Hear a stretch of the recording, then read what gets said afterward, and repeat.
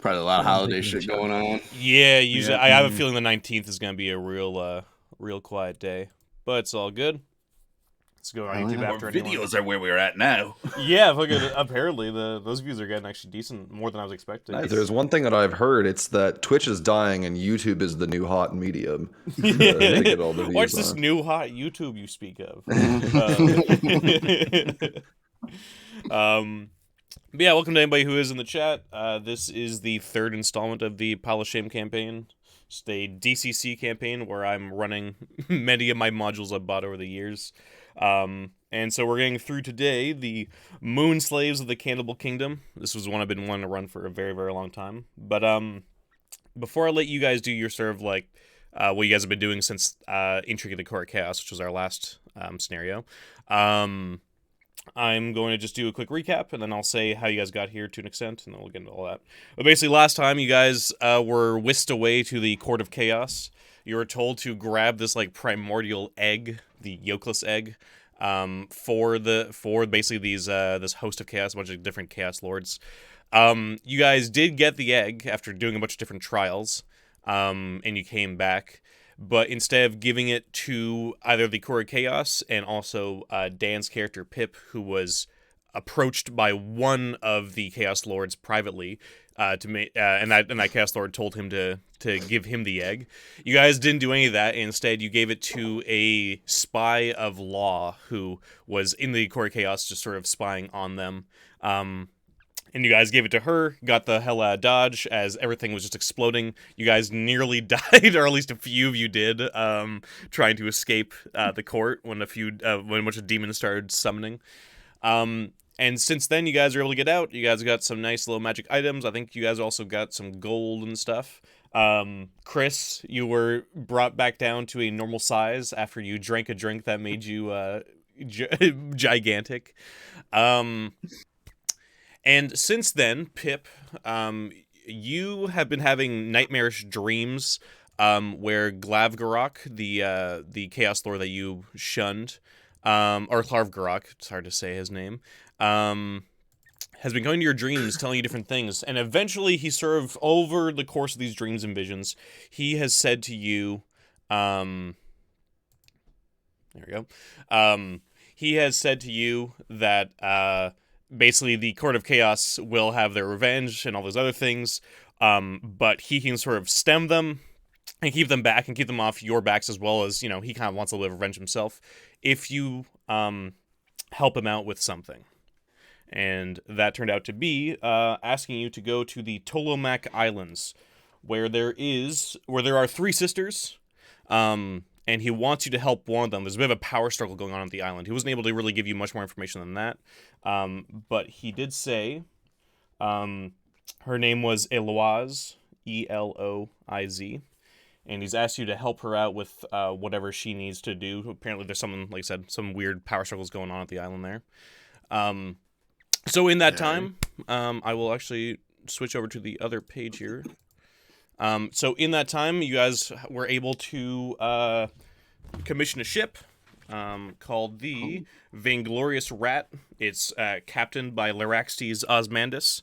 Now, even though you guys have have paid for the ship and have gone it, at sea, the captain is still in charge. So you guys are on here, but it's not like you guys can sort of decide what you want to do, where you want to go here. But we'll get into that a little bit. But he is still He is not super pleased about being here at these islands. The crew has been muttering for the last few weeks that this place is cursed and that you guys shouldn't be here, and that this is there's some really bad omens that they've seen coming here. Almost no seabirds, that sort of thing. However, we'll get to that in a little bit. You guys, if you can see that map, you see the ship down the bottom. That's basically where you are. You're being chased by a storm. But we'll get to that in a little bit. What have you guys done since our last adventure at the Core Chaos? What's been going on in your lives? How much time has passed by? As usual, this is all up to you guys. What's been going on? Question: Who hired the ship? Did we hire the ship? You guys hired the ship. you guys hire the ship. Like, you basically, like, you don't have to take any money out of your funds, but basically you guys scrounge together money from several adventures you might have done between here and now. But basically you guys are have employed the ship to go to the Tolomak Islands here.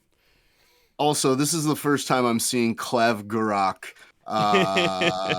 That's an amazing image. Yeah. Does he have eyes in his feet? Does he have eyes in the top of his feet? I It looks can't like tell. That does look like an eye each there, yeah. I'm not sure if those and are.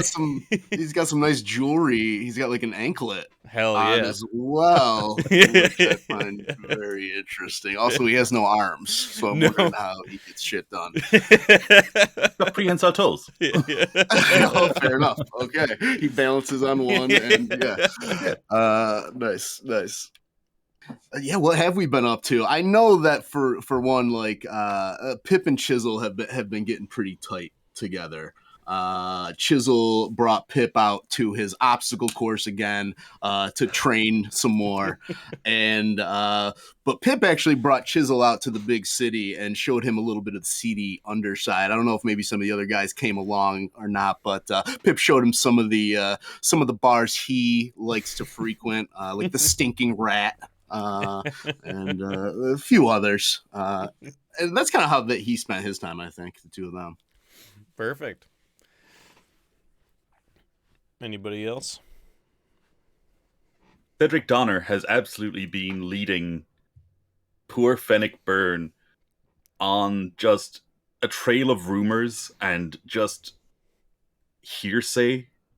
But eventually it did lead them on an adventure wherein they slew a ghoul priest.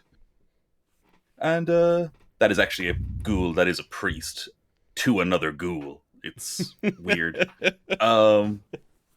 In doing so, however, he has earned a bit of a name for himself amongst the ranks of other undead hunters. And yeah, Fennec and Cedric are both a bit more competent than when we last saw them. Fennec is much less nihilistic, but still fatalistic. In fact, can actually take a hit now, right? He's actually able to. Yeah, he actually has more than 2 hit points. You know, not for lack of trying, but I'm really surprised he survived. I really tried to kill Fennec last session. You did your best. Yeah, but he's a lucky bastard. I will say one thing I forgot to mention is that after our last thing, when we were given the bit of scraps of cloth, and Cedric was like, "If you say it's armor, I guess I'll use it," and it wrapped itself around him, glowing bright white with beautiful kind of serpent scale pattern on it, like the way a boa constrictor is white and yellow. And yeah, it's that in kind of like sky blue, and he can't take it off. It won't come off. It's protecting him.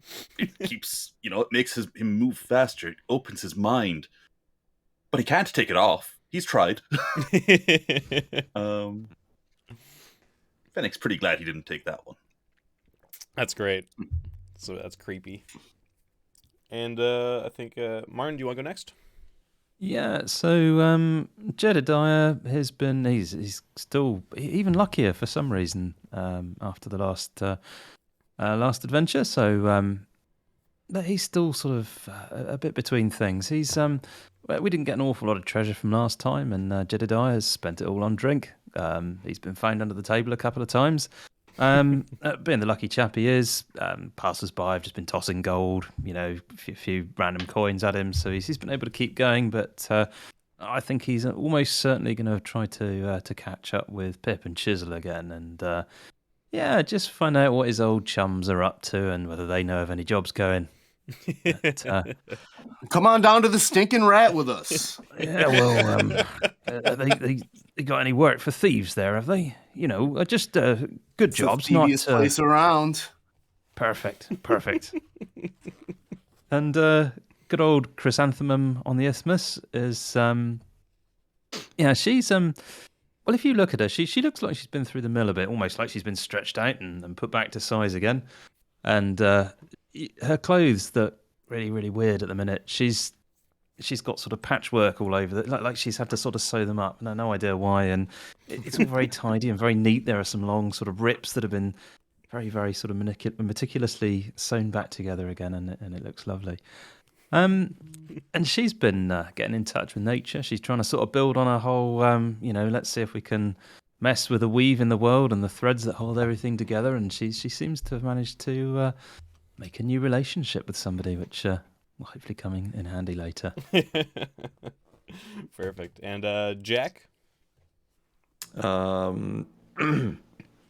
Oh, sorry.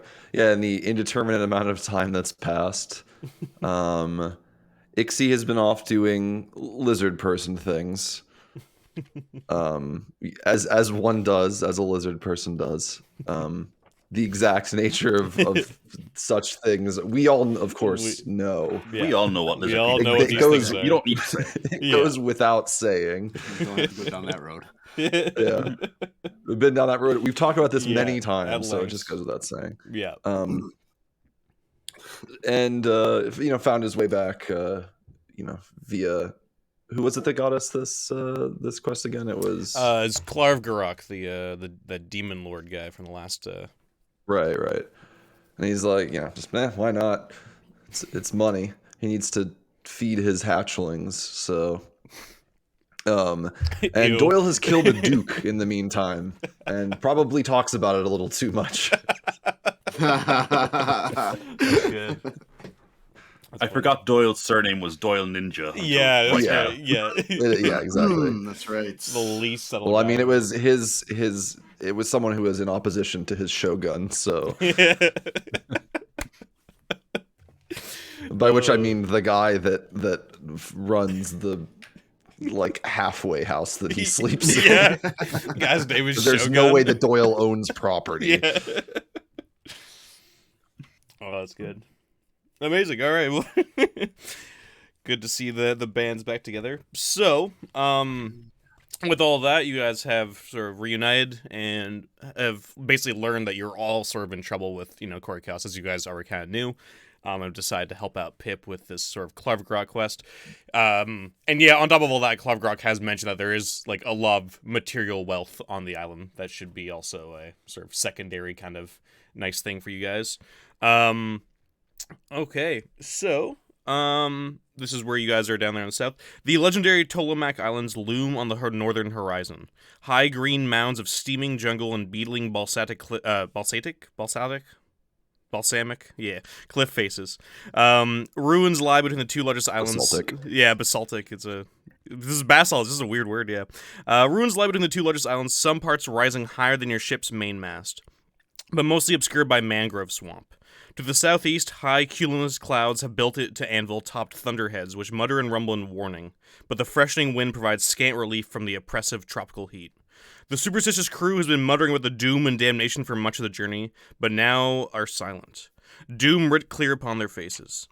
Captain Osmandus warns the storm's threat and suggests circling westward around the island so as to find safe harbor in their lee. So basically, to sort of draw out what he thinks you guys should do, but it's up to you guys. He's saying you guys should go, of course, white on white. It's a great color. White on white. Let me change that real quick. Let's do red to sear your retinas. He's sort of saying you guys should go around here. Whoa, jeez. Okay, whoa. The cursor just Jeez, went Captain, down. why'd you- There's a wave. He's in all there. right. I've had a little bit too much. we should Woo! leave. let's just leave the adventure and let's just go somewhere else that doesn't suck. And he just waggles his eyebrows. He's like, what about that, fellas? Yeah. But he's sort of saying to go around the island. That's what he thinks you guys should do. But as you guys can look at the map, I will describe things as you guys depending on where you guys move. But look at this map that you guys got. You can tell that there's beaches there to the east there. There's beaches on the north. There's other places that you might possibly be able to land.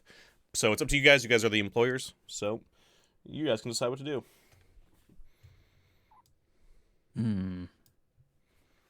What do you reckon? The maze of the sunken ruins sound interesting. I mean, if there's ships sunk there's bound to be treasure, right? Yeah, Captain, why can't we just go straight through?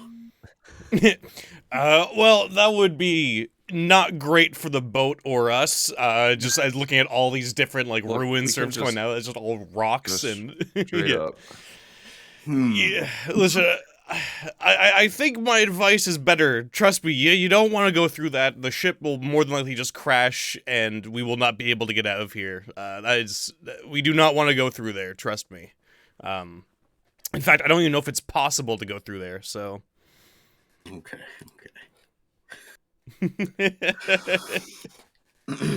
Well, do we want to go around and beach up north, or maybe we should just cut through? Seems like a better the idea jungle? than. Seems like a better idea than beaching where there's this squid on the map, and he points out to.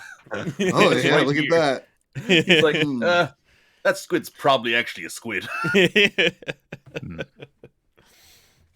Chris is just looking ill. Can we please just land somewhere with the anywhere, just soon. Damn landlubber. Yeah. So you guys are. I should probably unpause there. So you guys are following the captain's advice, or just waiting to see like where a good spot will be. Basically, is that what I'm sort of getting from you guys? Sounds good. I don't know any better than the captain. He Okay. is a boat captain, so. Yeah. So you guys go around the island there. So you guys, as you guys are going on the Isle of the Moons there, which is the one on the left, you can see that all the rocks, or like all the sides there along that island, are like pretty sheer cliffs.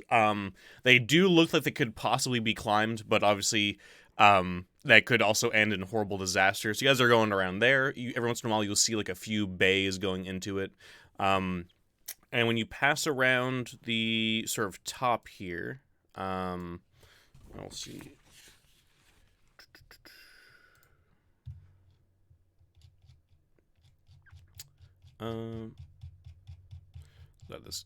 This adventure has way more maps than I'm used to for a DCC adventure. And they're all terrible. Except for this one. So, as you guys are also going by, you see, there's a small island here that I pinged. Where is it? Right there. And on top of that, you guys do see a brightly painted house. And it looks like it's made of the boles of great trees, cemented with a clear sap-like substance. And you guys can see there's like intricate designs have been carved into all across the house there. And you guys sort of keep passing by. And you first see...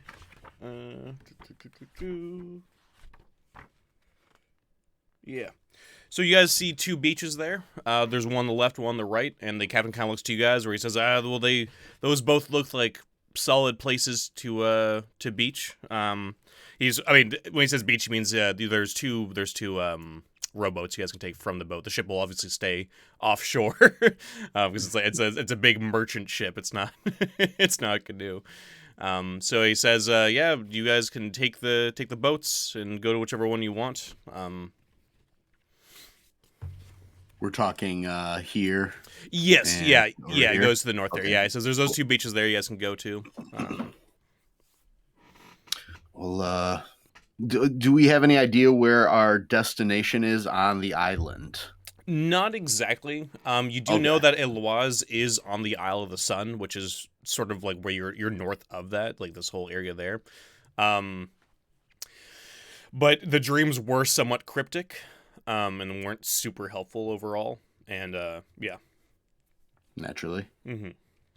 Well, maybe the beach that's a little further inland might get us a better view of the island. I don't know. Meaning this further one here. Oh, I'm not sure I can deal with much more of this. I only came along to try and keep you guys safe. The trouble you got into last time.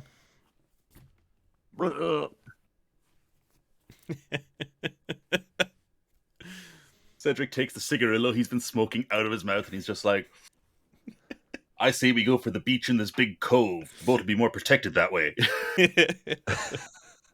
Yes, since our last adventure, he's started smoking. And for some godforsaken reason, he has chosen cigarillos. Cigarillos of all the things to smoke. It's the best compromise between smoking a cigar and valuing your time. What else do you want him to do? Awesome. So you guys are heading for the one on the right there, basically the one that's more deeply like in that cove there. So out of the two rowboats can hold 12 people each.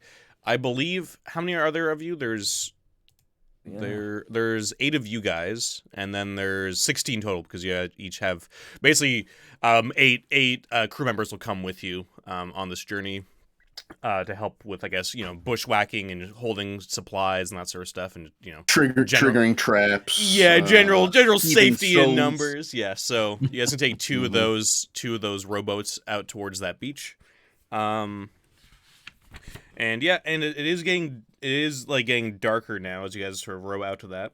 Up in the sky, there is a big blue moon. It's extremely blue. Like it looks unnatural. The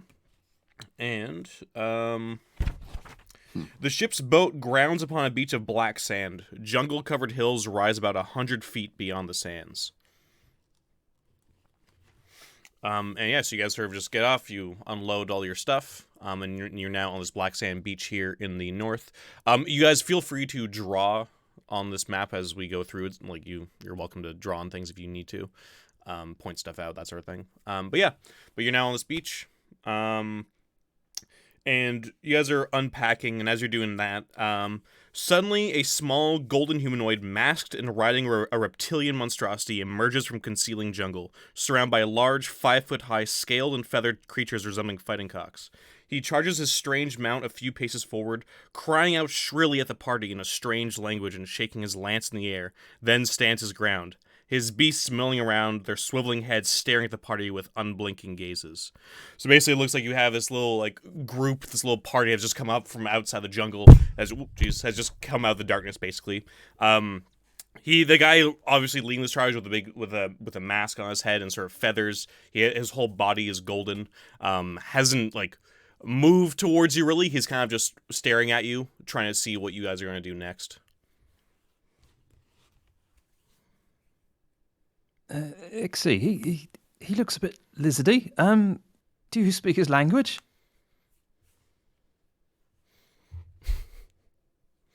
I will say, Ixie, from the stuff he said, you haven't really been able to parse any more than anybody else. I figured not. Ixie looks offended at this. Like, what do you think? Just because we look similar that we all speak the same language? Well, yes, basically. You all look similar to me. It's the point. Is Elvish the same as human? Cedric's like, well, we all speak common. I was going to say that, yeah.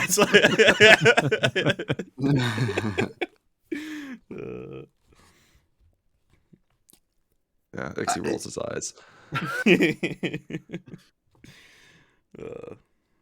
Cedric has his crossbow in his right hand, but he has it lowered, and he just raises his left, waves it hello. Okay. Yeah, so as you wave and nobody's really making any moves or any sort of aggressive motions, the little masked creature gets off of the sort of crocodilian creature it's riding. And walks slowly towards you. It looks like it's very curious. It's definitely wary. It's not moving too fast. It just sort of takes a few slow steps in the black sand. And it lets out these chittering noises that sound somewhat like what you'd assume are questions. You see it sort of it draws you as much as they can. Maybe it draws one of maybe one of the really big guys. This creature's about 4'3". But he sort of draws one of the really big guys. Maybe he draws Ixie, draws somebody else. Definitely he's trying to draw you as a group and sort of points with it. He sort of draws an arrow pointing at the sea, and sort of it keeps poking at the group and then looking back at you.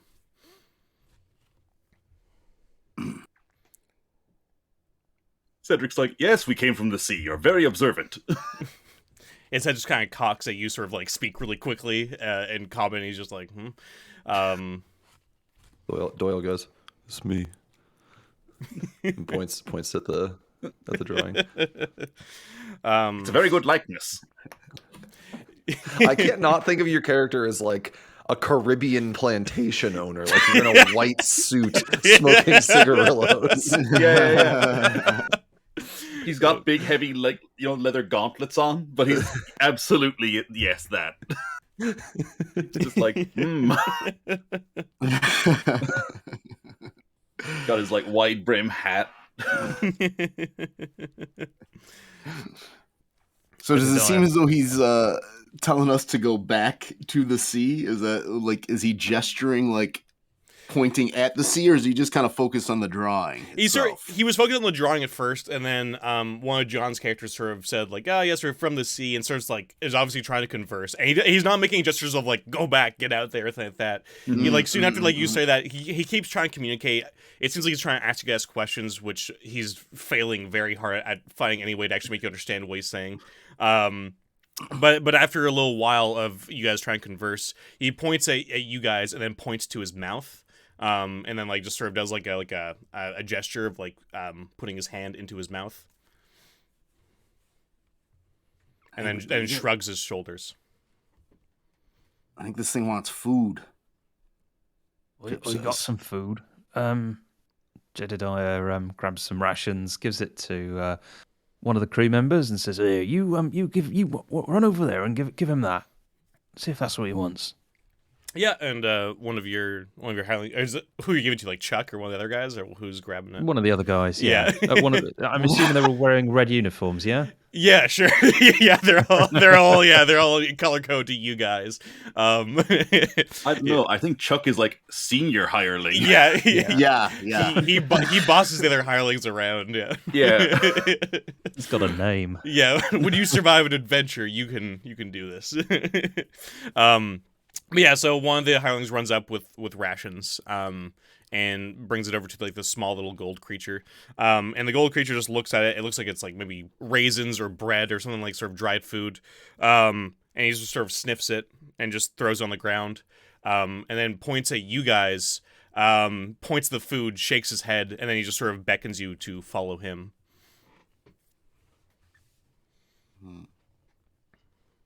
Does this thing want to eat us? Maybe he's offering us some food. Maybe he definitely thinks... wants to eat us. Yeah. Is this guy carrying weapons at all? Yeah, he has a big lance in his hand, or big for him. He has a war club. Behind him are 10 of these sort of like dinosaur creatures with riders on them who are of similar size, who are also like gold creatures riding these creatures. Yeah, it's a little confusing how they describe everything, but basically there's sort of this sort of like, I guess, hunting party is what you could probably surmise. But everybody who's behind hasn't like moved forward or gotten at all like anxious. They all seem just sort of like waiting around, waiting for their this boss to sort of deal with you or talk with you. Their overall manner is curious and wary, but not like nervous or aggressive overall. Yeah. See what they want. And Cedric's like, maybe they have some kind of undead infestation they want us to help with. Best to be... I find that's the case with most towns. Most towns have some kind of undead problem. Really? Most towns? It feels like projecting most to towns. Me. I can't put my finger on why. Are you sure it's not most towns you go to? You find these problems. Cedric's like, I'm offended that you could imply such a thing.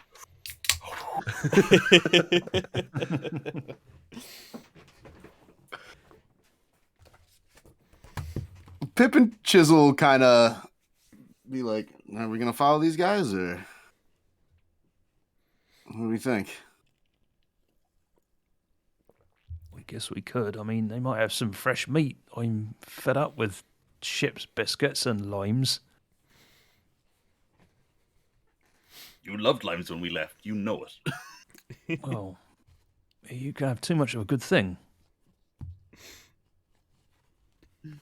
Very sad. Very sad.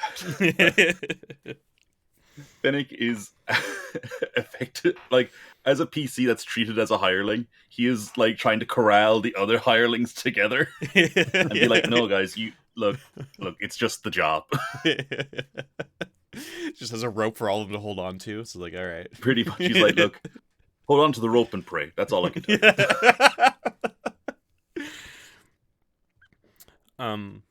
But yeah, so are you guys following this guy? Are you? Yeah. Okay. So you guys start following him into the jungle, him and his sort of 10 riders. He gets back onto his big reptilian creature. As you guys start going further into the jungle, you notice on your right and left, on both sides, there are 10 more of these gold creatures kind of marching along with you. They're all, like I said, all these creatures are about like 3'8" or so. They're very tiny. They all look like little golden humanoids. From what you can tell, it's very hard to see in the night. It looks like their skin actually is like somewhat golden. Like it's not just paint or anything like that. They have these sharp little teeth and beady eyes. They're really not nice to look at. But so far they haven't really been in any way aggressive. None of them are even really touching you. They're all giving you pretty respectful wide berth. But you catch a lot of them are just staring at you kind of in wonder as you guys are walking south. I like how the one who's like 4'3" is their champion. He's like the biggest dude. Just so you guys know, because there's something that's funny. His name is Muftas the Giant because of that, because he's a little bit taller. Oh, that's awesome. You know what? We would That makes never me very learn human. that. I know. No, That's why I tell you guys. I was just like, I love that. Sometimes those details are just so great, though. Yeah. Uh, So you guys, they start. You head south. And the narrow trail forks at a crude dam across a stream, which provides a rough ridge for a crossing. And beyond it is a small lake. A small lake has formed. In the trees around the lake, you spy dozens of little tree houses cunningly made. Small golden people peer curiously from all around you. Across the water, a clearing holds a fire pit and a large fenced and roofed enclosure, and more of the fighting cocks peck in the dirt beneath the canopy of the surrounding jungle. So just basically, you're like right here. You guys have been walking for a while, probably about an hour or so. You guys have walked south and gone over that river and into this sort of village. The leader gets off, and people go and grab his mount, and all the other riders get off, and everybody's sort of helping them out, grabbing their gear and everything else. And then the leader sort of beckons you to come sit down by the fire. And you guys see around the fire pits, there's like rotisserie instruments, and on the rotisserie instruments are tiny little humanoids just being spun around over the fire. You can see over, like, from what you can tell, it's not burned. There is golden skin on these rotisserie humanoids. And the leader runs up to one and sort of like just cuts off some of the flesh, like right around like the belly, and puts it on a plate and brings it back to you guys, or as an offering. He just sort of gets on one knee and holds it out to you.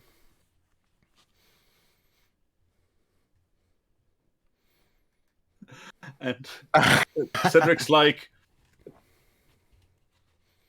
oh, it's one of those villages. Oh. Do you think they were old and died and then they've been put on the spit, or do you think they committed a crime? or maybe a rival village. Yeah, enemies. Could be enemies, yeah. It's respectful to eat your enemies. Yes, says Cedric. We all know the lizard man view on this matter. Yes. Then go ahead, Ixie. See how it tastes. Let us know. These were my enemies. Oh. Chisel is like, okay, that's something about the lizard people I didn't know.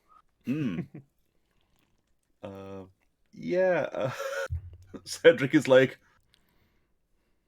don't worry, guys, I've got a plan. And he like takes some like dates out of a pouch he has, and he's like, he offers them to the chief. He's like, dates, dried fruit. The leader sort of like grabs one and looks at it, inspects it, and just like pops it in his mouth, and he starts chewing on it, and he just kind of like shrugs, and he then sort of points at the meat and pushes it into your face. He's like, Well, Jedediah is used to hunting, so he's just going to grab a piece of this with his right hand. He's just going to, there's no airs and graces here. He's just going to grab a bit and go. Yeah, and how's it taste, Martin? Do you like it? Do I need to roll anything, or we No, good? no, this is up to you. No. Do you like the taste of the flesh of this creature? Yeah, I think Jedediah's, he's eaten like beaver, raccoon, anything really. So this is probably quite a good bit of meat for him. Chisel and Pip kind of see their friend Jedediah partaking, and they both kind of like they take like very small pieces and kind of like do like a little like a nibble on it, and they're like, and smile at the chieftain. So when you do that, the chieftain sort of exclaims. You can see he smiles and lets out these little like chitters, and he sort of claps his hands. And you see two servants like run over to like one of the enclosures and just drag out two more of these little golden kind of creatures. Just beats their head and then brings them over towards the fire. And he just starts like celebrating and clapping, and he just sort of beckons you all to come surround the fire while they start putting two more of these creatures onto the spit. I suppose they're fresh. I mean, it's just I've never eaten humanoid before. And you see a lot more of the creatures are coming out of their enclosures and coming around the fire, and people are partaking and stuff. Like, a lot of them seem to be trying to ask you questions. There is some sort of, I guess you could call it music, but you guys probably wouldn't. It more sounds like random noises. There's not really much of a rhythm going on, but it does, they seem to like it and are dancing around trying to, it's like they all seem to be in good spirits trying to ask you questions and trying to just, I guess, find out more about you weird creatures that have just appeared here. We found cannibal Ewoks. Yeah, golden cannibal Ewoks. That ride dinosaurs. Well,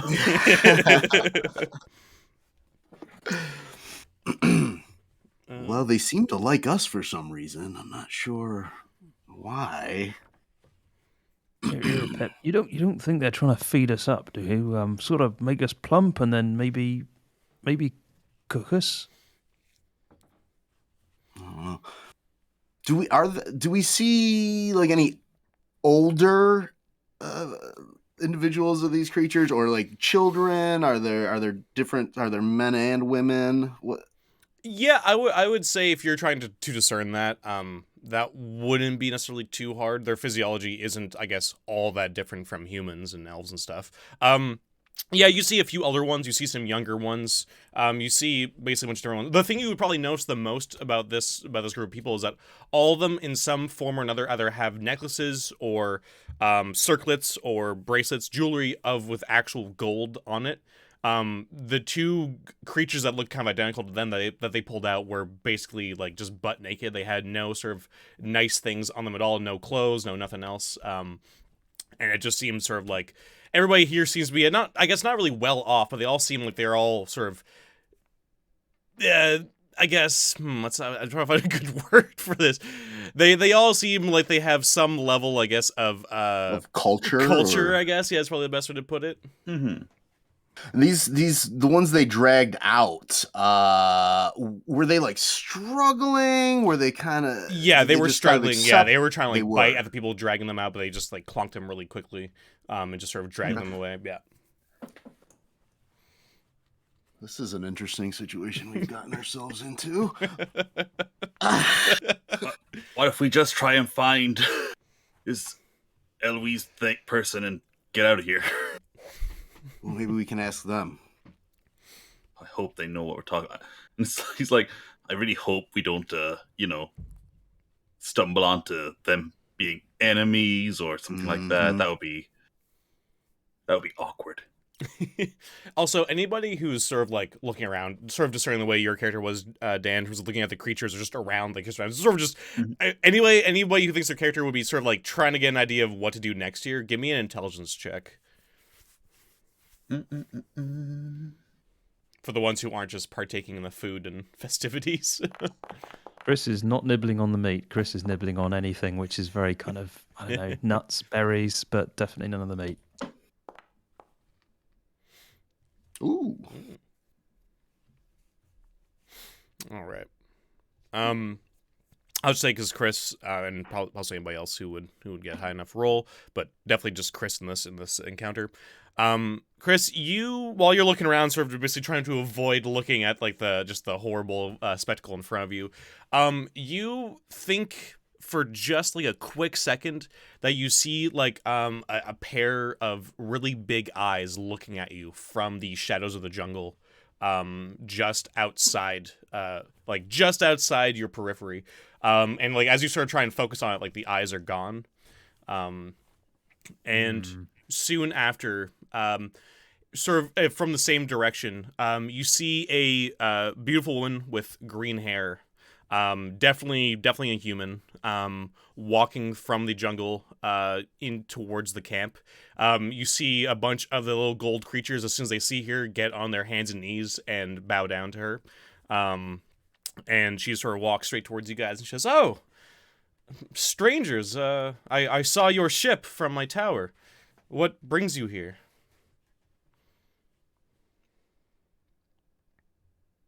Cedric's like, "We seek someone by the name of, what was it, Eloise?" "Oh, well then you found her." And she gives you a quick curtsy and then goes over and starts stuffing her face with some of the golden meat. And she says, "Have you had any of this? It's really tasty." She just pulls out some of the meat. It's good for you too. High in nutrients. That's amazing. Cedric has not been eating it, but Fennec has, and Fennec's like just looks up and nods with a mouthful of it. He's like, "Mm." You haven't heard of prions, have you? And just a kind of bite. Oh man. Mouthful. A what now? Don't worry about it. She says, what brings you here to look for me?"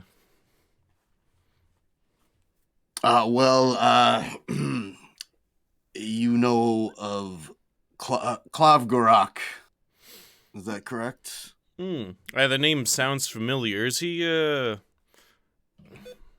know a lot of people over the years. Who's he? He's a Lord of Chaos. It's a pretty unique name. I would think that maybe... Oh, Klavgarak. Yes. Yeah, big eye, eyeball, chicken legs. Yeah, I know him. Stands out in the crowd. And Pip's kind of like, really? Like, yeah. Oh, has he sent you to help me out? Or what a sweetheart. yes. Whoa. That's right. But he didn't tell us much. We don't even know what your problem might be. Oh, man, what isn't my problem? Well, how much do you know about the island? Was Klavgarak, did he tell you much about what's going on here? Surprisingly little, actually. Okay, well, she starts, like, chowing down into more food. She says, "I'm gonna give you the abridged version, because I'm assuming you don't care that much. But basically, I have two sisters on the island. One's a bitch, and the other one, she's alright. We get along fine. She mediates between the two of us. But the other one, well, you guys can come in handy. I kinda want her dead. We got into a bit of a kerfuffle a while back, and I hurt her pretty bad, but she was able to escape. And she has some pretty powerful allies that are a bit of a problem for me, but you might tip the scales a little bit. You see, she's over on the Isle of the Moons. She's sort of staying on that side on the other side of the Maze of Sunken Ruins.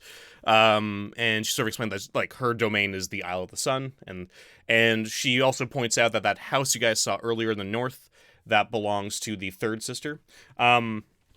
Just for your notes, I'm going to go sort of out of character here and just more into just like the specifics, just so it's easier for you guys, because there's just kind of a lot. She explains that the sister that's sort of mediating between the two of them, that's in that sort of villa in the north here, her name is Zofina, which is Zsofina.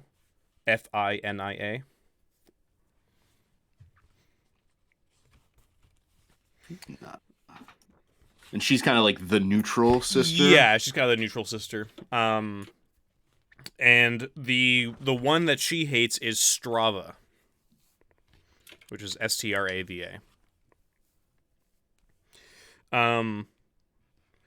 But yeah, so basically what she says is she sort of skips a lot of, like, the, background stuff, because she's like, I don't think it really matters to you guys. But basically, Strava has quite a few different allies. One of them is Qurzak the Moonbird, and Qurzak is just spelled Qwrzak. Geez, that's only one vowel in that name. And basically, she explains Korzak is this big, giant, fuck-off creature from the extra plane, who's an extraplanar being from the astral plane, who's bound here by Strava. And she explains that I'm just gonna draw it for so it's easier for you guys. 1 second. Strava's. Go ahead, Dan. So Eloise, so does Kwarzak want to be bound by Strava, or is that something he's not into? Truth be told, I do believe that I'm not sure how she got a hold of him, but from my experience with extraplanar creatures who are bound to this plane, they tend to not like it. From what I've encountered, so I'm not totally sure how to destroy it, because its powers are based on the cycles of the moon, and she sort of points up to like the blue moon, and she says the moons will change every night. So, she says that there's so much to explain to newcomers like you, but one thing I'll say is that be wary of nighttime. That things can be a little different around these parts depending on what night you're prowling around. But yeah, so she explains like, yeah, I'm not really sure what the deal is with that bird, but it's definitely not good news. And she explains basically that her sister's lair is where I put that X there. It's basically that big volcano. And she says, yeah, if you can find your way to go across down there, just kill her for me. I've got great rewards I can give you, blah, blah, blah, all that. She sort of rolls her eyes. You guys know the deal. You're not the first people to come here, but it's probably the last people who came here probably 100 years ago or so, it's kind of nice to see some fresh faces. Getting kind of tired of seeing the same gold faces all the time, and she just sort of looks around like the 50 little villagers kind of surrounding her and just sort of bowing down towards her. What are these things exactly? Oh, these things, I call them goldlings. They're I allied myself with them. These ones are the nobles. They interesting creatures. They're very loyal, but they hunt their lower caste members who are in little pockets of villages in the south part of the island. And she just sort of circles over here. They go on little hunting parties and grab them and bring them back to eat them as their main source of sustenance. Oh, that's not very nice, but they're tasty. Yes, they're great, and these guys know how to prepare them properly. Just the perfect amount of, they get each side perfectly cooked, which I love. That's why I always come down here for the meat. Is any chance your sister Zophinia would give us any help? Zavinia's a fickle one. She might be able to help you, but the thing is that she is trying to keep balance between me and my sister. She's the one who's keeping my sister alive, so I would prefer if you didn't deal with her, honestly. I mean, when she says deal, she obviously means like in quotation marks. Feel free to go talk to her, but I would prefer if you, no harm came upon her. Not to mention she's quite powerful, and she has these utterly creepy dolls she keeps around, so, she might be of some help, but honestly, Zophinia is as much a mystery to me as Strava is, even though we get to talk every once in a while. But she is definitely not fully on my side, which is unfortunate, after everything I've done for her over the years. Well, if I might ask, how did you three end up here? I mean, you seem very different, and you've all sisters stuck on the same group of islands. It's a little strange. So she goes on to explain, sort of, it goes on for a while, and you probably, like, at certain points kind of, like, maybe nod off a little bit here and there, like, it just keeps going and going, the whole backstory. But basically, she explains that her and her sisters are from an ancient race that kind of came to this part of the world, created a lot of this stuff, and at a certain point, there was just sort of a schism between the three of them, or between the two of them, really, and how they thought they should do things. She says that, Strava believes that all the islands belong to her and a lot more of the world, but first Strava wants to deal with Eloise here. And Eloise, even though she tries to justify it way more and tries to give you her side of things and all those other things, you can kind of tell her motives are fairly similar, where she's kind of also just like, nah, this shit belongs to me. I'm the rightful ruler of this place. It's, I did this and I did that. Strava has done this or that, all blah, blah. So it just sort of goes on and on. But basically, ancient race of creatures. And she looks humanoid in form, but obviously from what she's saying, she's not your average human, obviously. Yeah, well, that's a shame, I suppose. Well, yeah. So, Eloise, I'm assuming because Clav Garak is wanting us to help you that you are chaotically aligned and your sister Strava lawfully? Yeah, I guess you could say that. Yeah, I mean, I'm not sure how she falls these days. All I know usually is that I'd like yeah, I guess she would think she's lawful, but I don't know how people of the lawful alignment feel about her. Truth be told, she's not exactly uh, she's not exactly a good person. Is I guess what I would say to that. But yeah, I get along great with Claverock and a lot of the other hosts of Chaos. You know, we've had our dealings. We tend to help each other out. You know, there's a lot of companionship in you know, in the core of Chaos, so we get along great. Of course. Oh, of course. Yeah, we're all just one big happy family that fight sometimes and, you know, destroy worlds. But, you know, that sort of thing happens. If you want to make an omelet, right? Yeah, exactly. You gotta break some yolkless eggs. Don't we know it? Cedric pipes up and he's like, a question for you to settle a bet. Does the beach to the south of the Sun Islands have a giant squid in the bay? You know what? Give me 1 second there, John.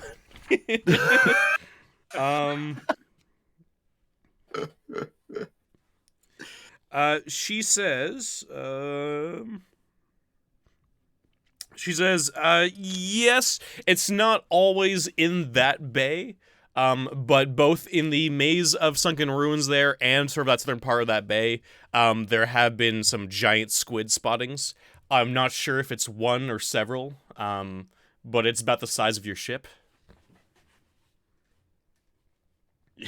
He turns to Fennec and just makes like a pay up gesture.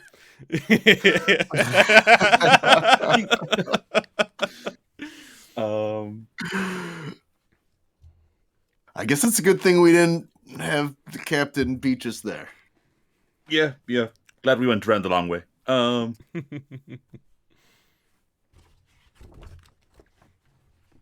I will also say to you guys, just out of character, I might also retroactively give you other information that I might have forgotten. There is just so much crap here that I might miss a thing here too. So I'll let you know that now. But general idea is she wants you to go to the volcano over here and deal with her sister. Yeah, across the way. Yeah. Do you guys have any other questions? Is there any treasure in them sunken ruins? Or, I mean, I guess if ships have been sinking there. Yeah, she says,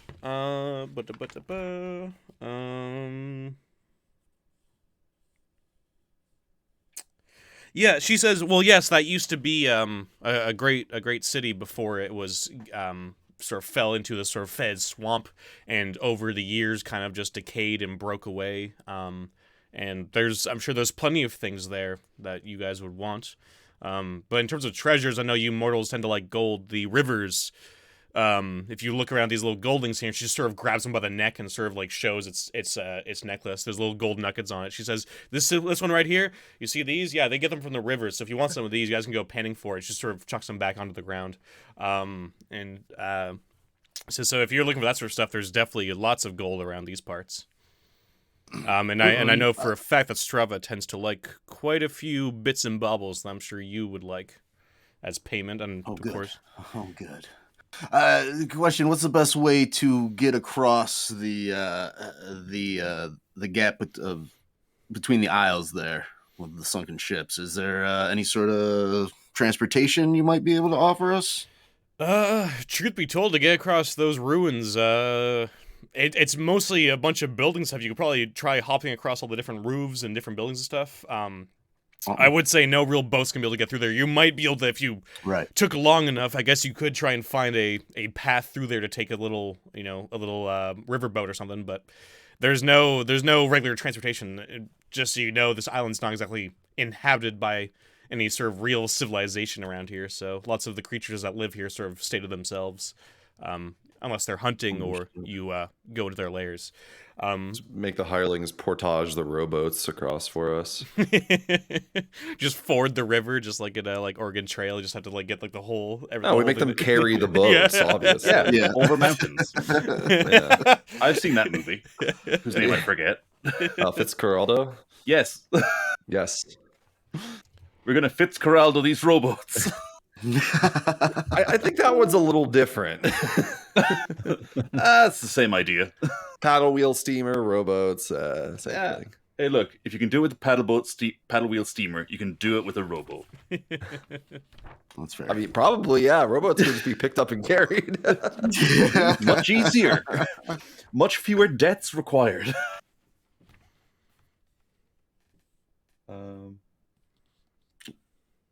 So Fennec leans in and he's like, "What I propose is that we get a bunch of these. We pan for some of the gold, kill the bird, get it, kill the lady, get out of here, and away we go." Sounds good. She does actually. One thing I'll add to. She does mention that she does think that the lair of the bird is very close by to Strava's lair, somewhere over there on the same volcano. So you might be able to find it somehow that way, but she's not exactly sure where because she doesn't have much intel on that part of the island. Mm-hmm. But yeah, just would it be safe to like assume that we have this map with her? Yes, this is a map you guys had from the beginning, and she's just sort of pointing stuff out on it. Like, okay, yeah, like some guy charted this out a long time ago, and it might be a little out of date here and there, but overall, she's giving you like the heads up of where things are. Yeah, Cedric's gonna be like, "Any idea what this is?" And he's pointing out to that. Yes, thing. so she you point at that, and she sort of points like in that location, and you see basically a big green tower, and she says, "That's my tower. After you deal with Strava, you're gonna want to come back there and come see me. That's where I do most of my stuff. If I'm not on the tower, I'm usually around the grounds dealing with my my babies." Okay. Your babies? Yes. Some plants I've been growing.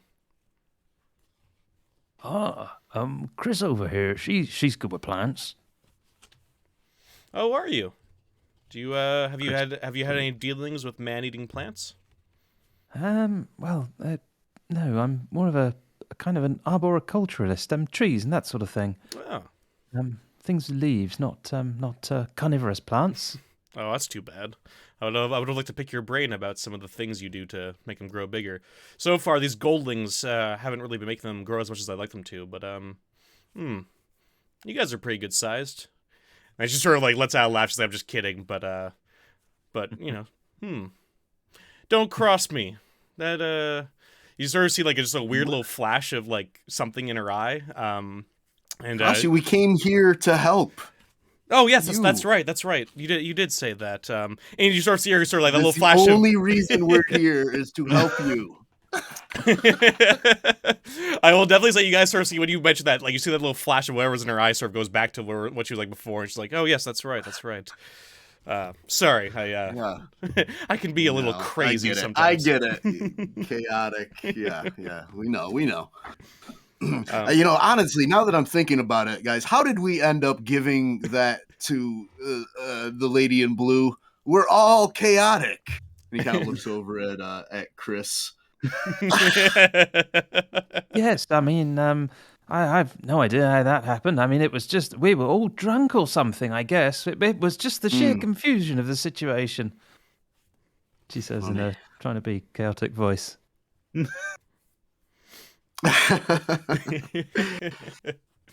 Well, what do you think? Go ahead, what do you think if we wait till morning and kind of head between these mountain ranges down to the west here, and make our way through the sunken ruins?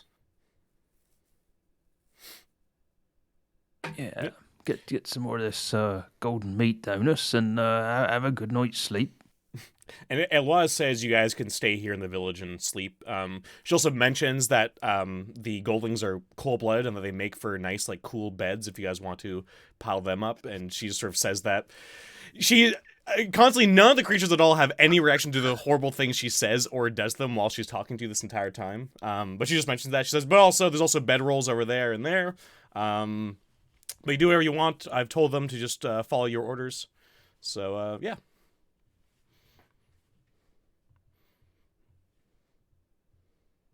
Does she disappear? No, she's still there. She's still munching Okay. down. But she's more saying, like, if you guys, because you mentioned, like, going off in the morning, it's like, you guys can stay here. And yeah, you can use them as beds because they're pretty cold and, you know, it's warm here. They're pretty nice like that. But, Chisel says, I do like a nice cool pillow. Yeah. And like he like grabs one of them and kind of walks off and like sets up his bedroll and then like kind of sets one of them down. You just and, flip like, him over fluffs halfway it. through. Yeah, just flip him over. Like, oh, there you go. Kind Yeah. of fluffs him a little Yeah. bit. He's like, you know what? Yeah. It is kind of nice. Oh, God. She's not wrong, guys. Oh, these poor golden creatures. These poor cannibal, horrible creatures. But yeah. What do the non-nobles eat? If you ask her that, she just says themselves. Oh. He's like, yeah, no, they're no better than their leaders. Right, Yeah. gotcha. Yeah, they're just. Did you create these creatures, Eloise, or you just kind of came here and No, they like you a lot? She mentions like, no, they like me a lot. We got along great. They've been part of this world for a very long time. We just get along great. That's terrific. We bonded over our culinary tastes together. Just slow nod around the campfire. Just, She does ask if you guys have any other questions before she departs, because she has some things to attend to, since you guys have sort of changed how things are going here. Some plans are being moved forward that she wasn't expecting to move forward just yet. I don't have anything to ask her anyway. Yep. Just want to make sure before she before she leaves. Chisel's already snoring. He's asleep, and you look over and you see that like the creature he's using as a pillow is like still wide awake. Yeah. And just has to kind of. Not only is he wide awake, your pillow's still munching on like a leg while you're on him. Love it. But yeah, you guys are all excited given proper lodging. Go ahead, Dan. Do you want to say something? No, I was just gonna say Pip's gonna kind of roll out his bedroll too. He doesn't take one of the creatures though for a pillow. Sounds good. Yeah, and like nobody needs to keep watch or anything like that unless you guys are worried about these creatures, but they all seem to be like there's like 50 of them, and they're all sort of a lot of them are standing guard in different places. Like it seems like it's a pretty safe location. I mean, as safe as you can be with cannibals that you're not really sure about. They're not safe at all then, really.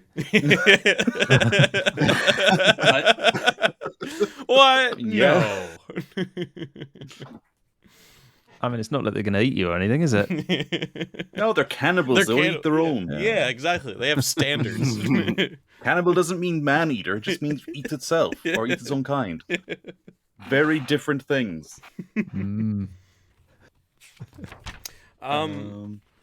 But yeah. Yeah, I think my guys just all hunker down for the night near the fire, and they're just. Sounds good. Cedric rolls over, and he's like, Fennec, this place is weird, Fennec. There's no one dead. What if that's why they eat their dead, Fennec? 1, 2, 3, 4, 5, 6, 7, 8. All right. Sounds good. And that was that.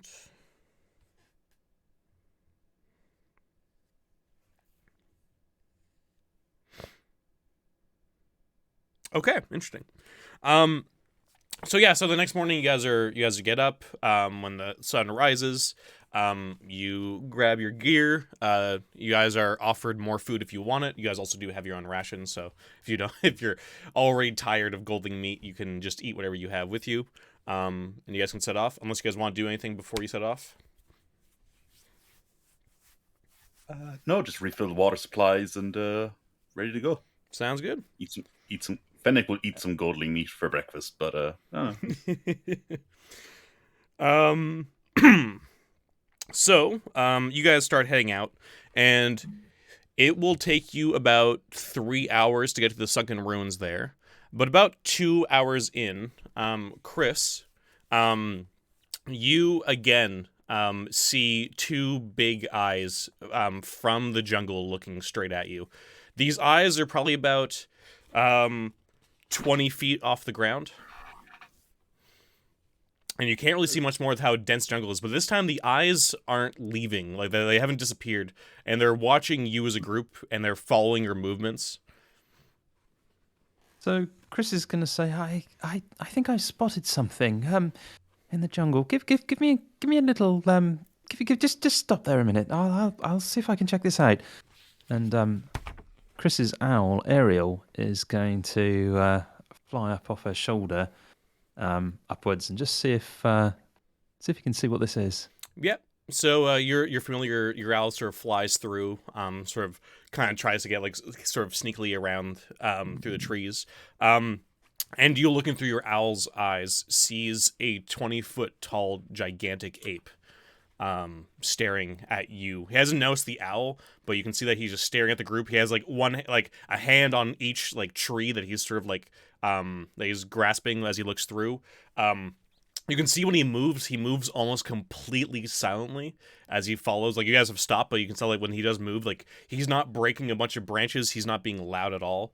And looking around him, you can tell like his path has been very silent. Like, he hasn't broken down trees to get to where he is. He's been able to very, very silently follow the group without being noticed. Well, until now. Alex, are you telling me we're being stalked by King Kong? Pretty much. Okay, I just wanted to clarify that. See, now that sounds like a pulp novel. Stalked by King Kong. And the sequel, Restraining Order of the Kongs. Restraining Order of the Kongs,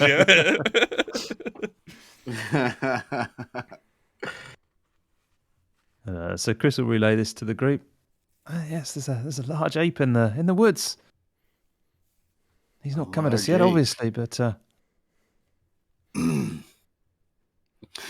can we all like see the eyes? Yeah, I would say Chris pointing out the eyes. You guys can all sort of see him, and you guys all, and if Chris, if you're pointing it out, like you do see that the ape reacts to you, kind of all looking towards him, and he starts walking slowly towards the group, and just like I said, very silent manner until you guys can all sort of see his form in front of you. He's probably about maybe 40 feet away. And he is just staring at you guys as he sort of revealed himself now that he knows that you guys know that he's there. Well, Ixagas, if you don't speak lizard, do you speak ape? I mean, to be fair, we're probably more like apes than Ixie is. Yeah. Do you speak ape? Ape? Technically, we all speak ape as humans. He's nothing like me. He doesn't have the ears. A big booming voice comes from the ape as you guys say this. He says, "Me speak good common," as he gets closer towards you guys. "I can talk." Cedric's like, "Oh, I was actually really worried about your grammar for a second there, but no, you corrected it. Well done. Very impressed." Yes, me grammar good. He's like, I taught myself. It just sort of goes back and forth between good and just like, yeah. I'm self-educated, you know. But wait, what? But yeah, he gets closer now, and you see like he sort of relaxed himself from actually trying to be silent, and like every footstep does make you do feel slight vibrations in the ground. He says, "I'm Gormaz. Who are you?"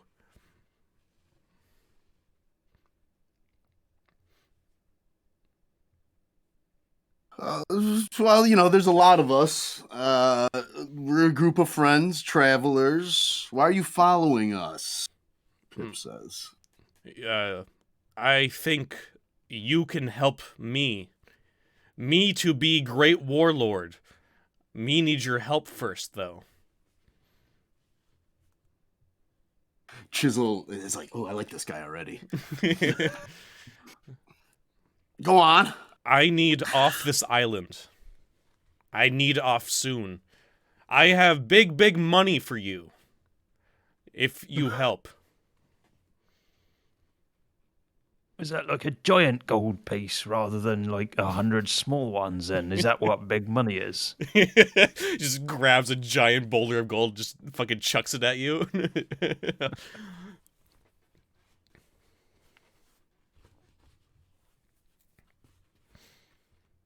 Where Why would do you you want off have the us island? take you? Yeah. Sorry, what guys? Which who said what? What? Where do you want to go, and why do you want off the island? He says, I am to be great warlord.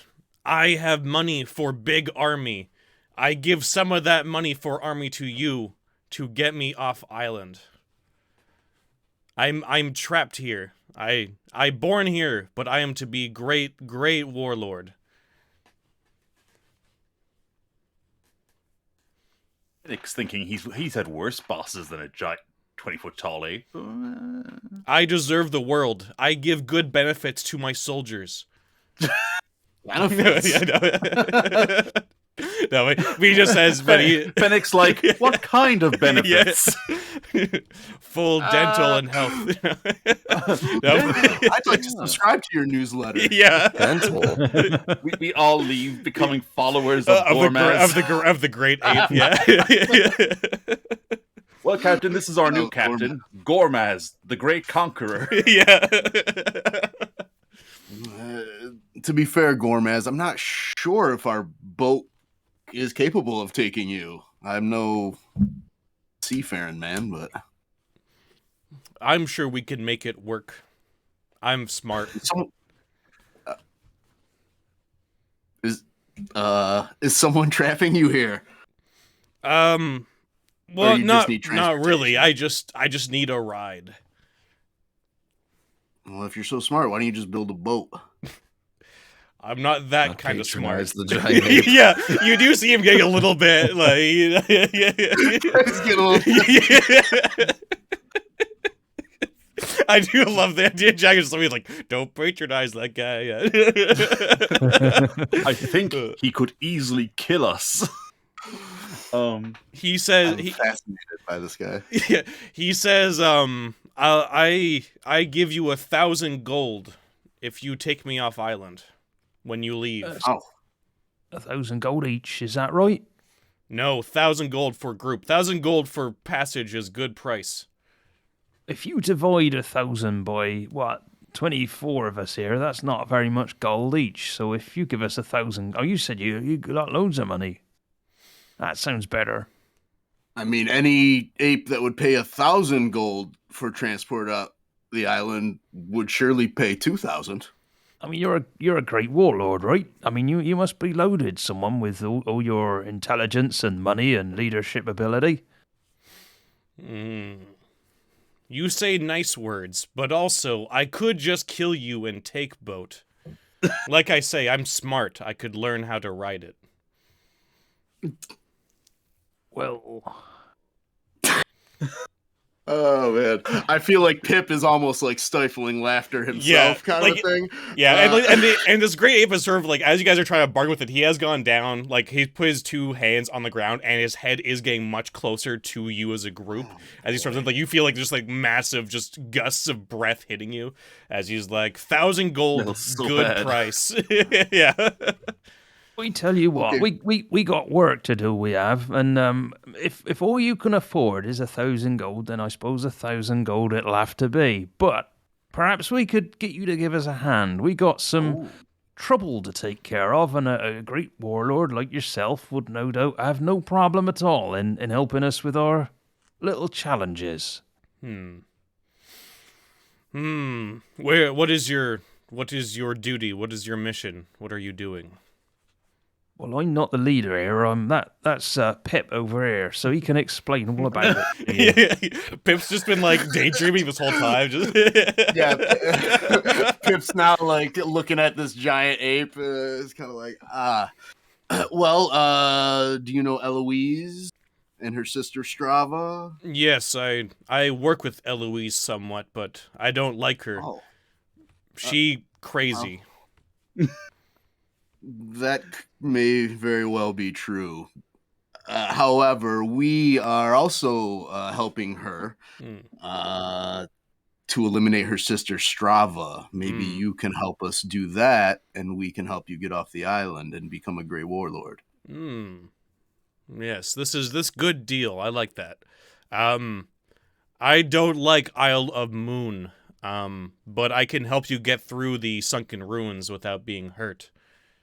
That place dangerous. Many bad things live there. Pip kind of looks at everybody. Cedric and Fennec both kind of nod and shrug. They're like, literally, this is the best deal we're going to get. Also, I don't want to get killed by a giant gorilla. Yeah. You don't think it's undead, probably good not to piss off the 20-foot tall gorilla. Yeah. Not gorilla, big ape. Gorilla kind of ape, but not me. Fair enough. I am giant ape. Great ape, yes. Yeah. Ah, so you're your own genus. That makes sense. Yeah. He probably looks like basically like a big chimpanzee, if anything else. Yeah, which is honestly horrifying. Just a 20-foot chimp is the most horrifying thing, honestly. A regular chimp. A regular chimp is already scary. Yeah. I'm just like, when he leans down to us, he's got the teeth as he's talking, and you're just like, man, his teeth are real big. Yeah. And so sharp. Okay. All right, Gormaz.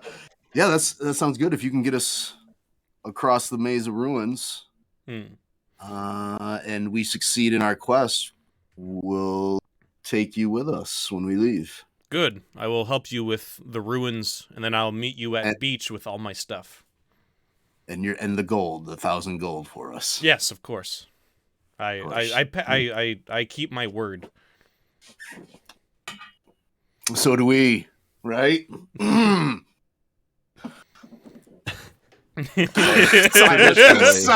Yeah. Well, I mean, I do.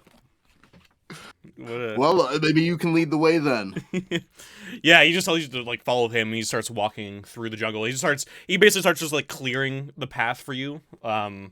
Because like basically it's just all these really dense jungle, so he just starts like ripping out stuff just to clear a path so he doesn't just walk through. He's not like, you can tell he's not explicitly just destroying everything in his path. He's only seems to be destroying what he needs for you guys just walk through like unhindered. As he just sort of goes through this, you guys, it takes another hour to get to the maze of ruins. And as you can see here now that you're actually here, it's like this looks like a bunch of different buildings that have sunken into a big swamp. It smells awful. There's a bunch of like some are crumbling kind of towers. There's regular houses. You can see a lot of things that have just been. This was probably once a fantastic city, but at this point is just sort of honestly kind of a bit of a nightmare world. And you see Gormaz is sort of very timidly sort of putting his foot in certain places of the swamp, because you can see at certain points when he puts down like his whole like foot and then up to like maybe like half of his calf goes through down into the swamp. And he sort of just has you guys in groups. He kind of just has you go onto his palm. And he starts just basically trying to put you onto basically just like little paths, little roofs and houses for you guys to sort of just like crawl over. Honestly, I'm glad it's funny you guys about this deal, because this is gonna be a much harder section if you guys didn't. I just happened to roll on Gormaz on the encounter table just now, so this worked out. But he just starts helping you guys out. And Gormaz, can I ask you a question? Maybe like as he's like lifting Pip and Chisel. Yeah. Why don't you like Eloise? I can't read her well. She has moments of where she's not herself, where Eloise is gone and somebody else is there. I can't explain well, but I work for Something her. in her eyes. Yeah, she don't trust her. She does not keep her word. Okay, thank you. And We do though. yeah, Right, yeah, we he yeah, you kinda said does yeah. we keep our word, You and us, huh? Both primates. Word keepers. Sorry. We have a lot in common if you think about it. Oh, that's great. And so yeah, he just brings you over to the other side. Over it takes you guys probably another 2 hours to just get everybody over there. So it's been 5 hours basically so far. You guys sort of got up around 8 a.m. So it's starting to get like sort of early afternoon time. The sun's obviously still actually the sun's probably highest in the air right now. It's really hot. Like the entire jungle around you is steaming from the mass amount of heat. You guys are probably trying to find cover while you're waiting for the rest of the group to finally get finished. After Gormaz brings the last group over, he sort of gives you a big nod and he says, "I will see you back at beach where your ship is. Do not disappoint me." And he sort of walks back towards like the Isle of the Sun direction.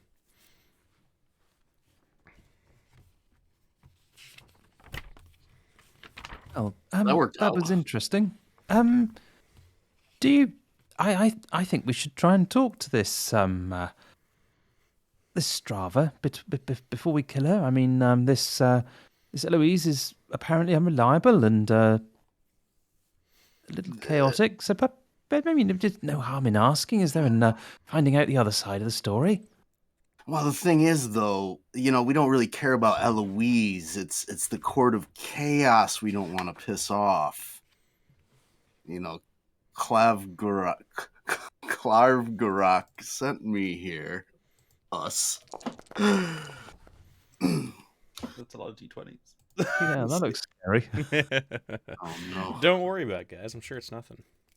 Well, I mean, maybe just quickly ask her, and if she sounds like she does want to take over the world, then perhaps we should dispatch her. Play it by ear. Yes. I think that was all I was asking. I think we do well when we improvise. Absolutely. You can never judge a book by its cover, you know. Well, that's what I'm saying. I mean, you got the eyeball guy, and he seems like, maybe he's not a great guy, but here he is giving us work. Oh no, more dice. Don't worry about it. Just keep talking. Don't worry about me. We're gonna die soon. Let's move away from this horrible swamp. Immediately. It looks as though there's a rather large mountain in front of us, though. With 2 peaks, yeah. Let's skirt around it maybe and stick to the valleys, or we can just go straight over. Yeah, so this is because the first part didn't matter too much because of just the way things went overall. You guys were actually very efficient with how you did things. But yeah, as you can sort of tell, this map isn't the best, but you can kind of tell it's a topographical map. Those peaks will make it take longer to get through, but it might also be long by you guys going around.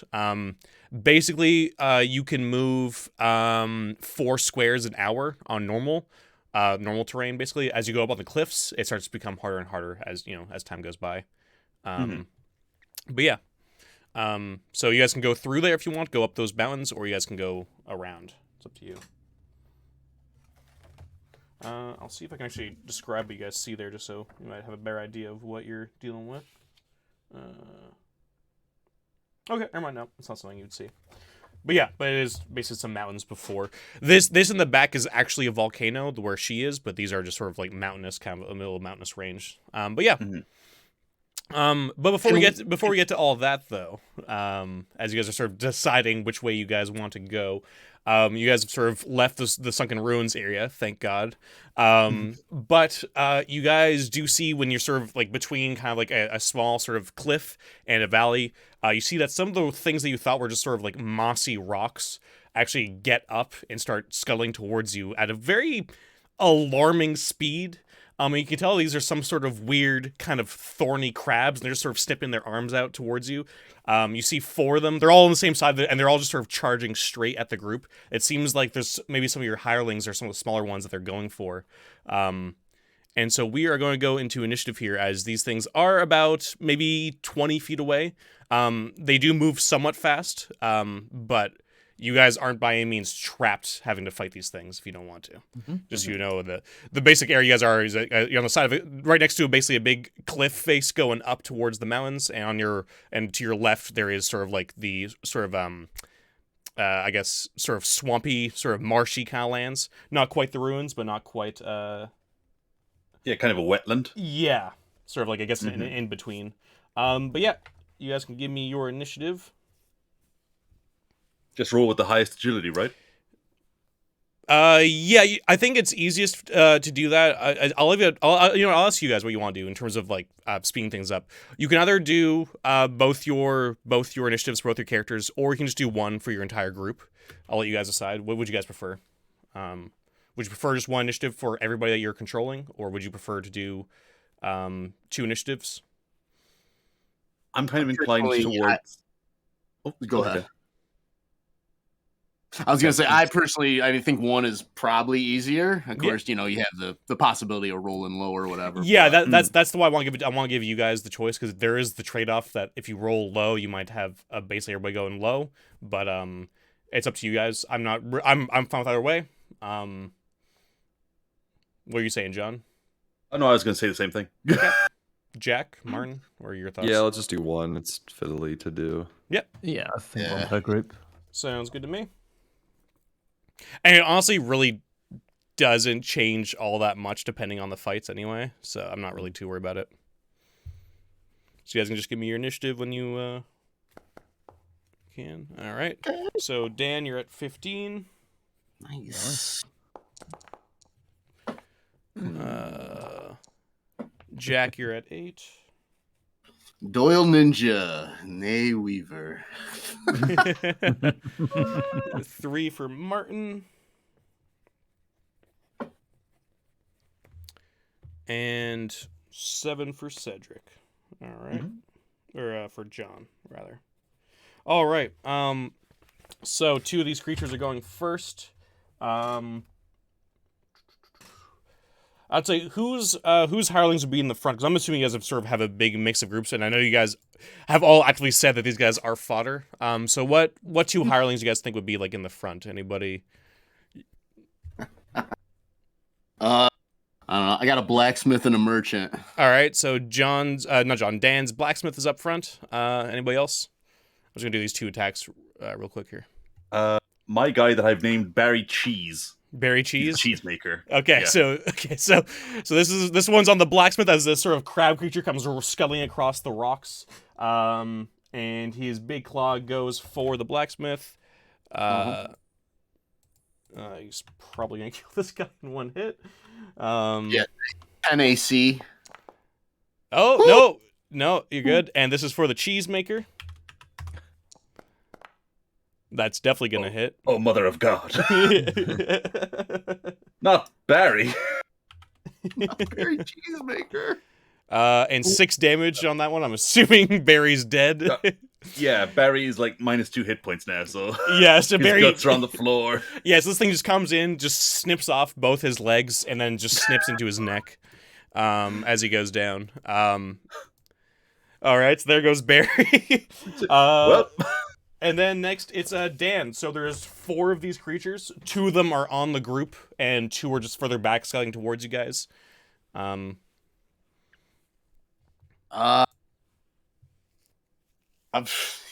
think Pip's thinking about running. I don't know where the group's head is at necessarily. Do we want to fight these things? Do they look I particularly like bad, 4 of or? them. Yeah. What'd you say, Martin? Do they look particularly bad, or do they just look kind of alright? They look decently. They look pretty heavily armored. In terms of like the damage they just did on that guy, that is pretty typical. I mean, for these monsters, that they have done fairly, I guess, normal damage for creatures you guys are gonna come across or have come across. So they're scary, but like these things aren't like the most horrifying thing ever. Basically, imagine. Coconut crabs are terrifying. So imagine sort of coconut crabs with like a bunch of like thorns coming out of them.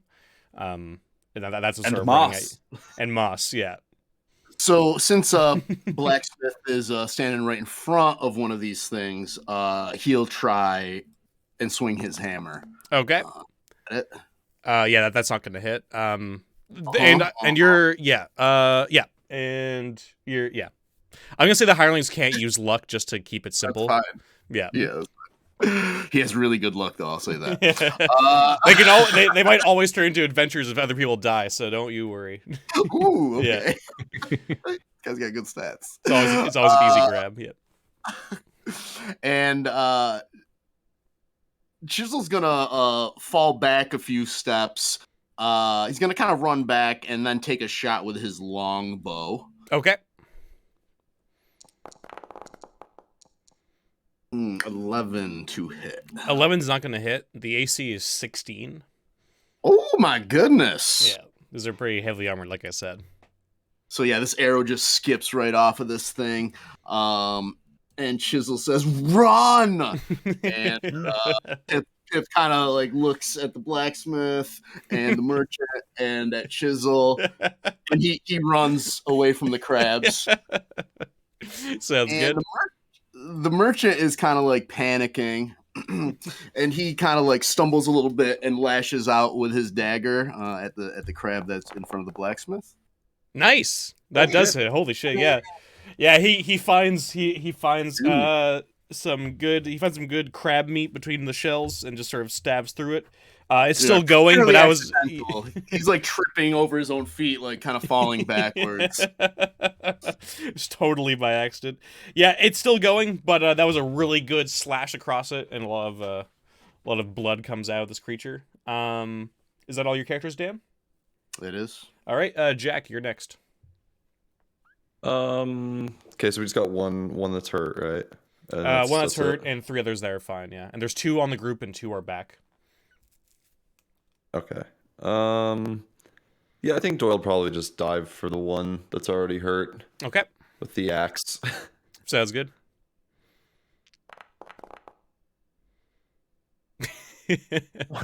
No. Okay. So yeah, so he's not gonna hit, but yeah. I'm assuming you're not burning luck for that. No, not for some random enemy. And then yeah, Ixie will just follow him in. Okay. With spear. Nice. Holy shit. Okay, and is this the hurt one?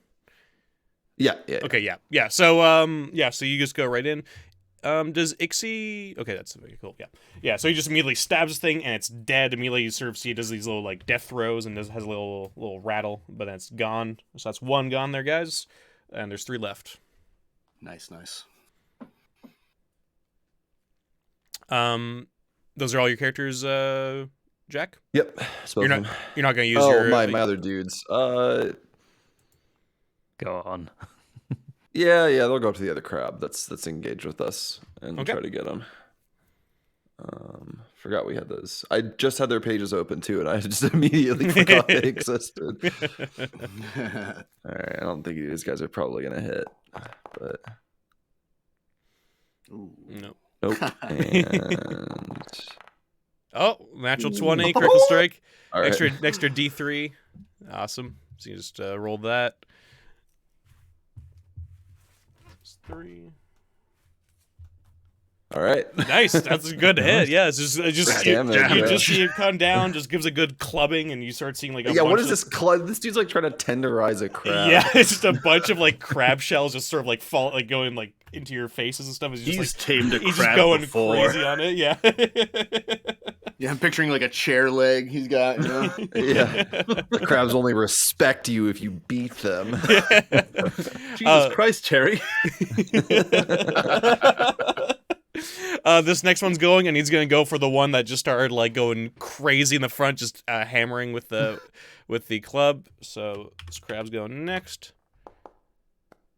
Nope. Nice. Hey. And then it's the Psychological warfare means it's terrified of him. Yeah. Oh Jesus. Yeah. The next one is gonna go. Let's see here. Who was it that attacked there? Oh, Ixie's there. Yeah. So let's go for Ixie. This other one's gonna go right for him. Nope. No, these things are just going crazy, just trying to snap at you guys and cannot get a hit in. All right, John, it's your turn. So Fennec is going to charge and like get his boot under it and flip over one of the crabs. Nice. Try and Probably the one that just charged Ixie. So let's see. That's a deed I'm trying to do. So let's figure out. Roll 20 for a second. Roll 20. You're on the wrong fucking thing, dude. Oh my god! Yeah, You're way off. No wonder you can't do it. no wonder. Sorry, I just wanted to check real quick. Warrior. Oh, sorry. I was like, because I haven't done one yet. I don't remember from other. Oh, right.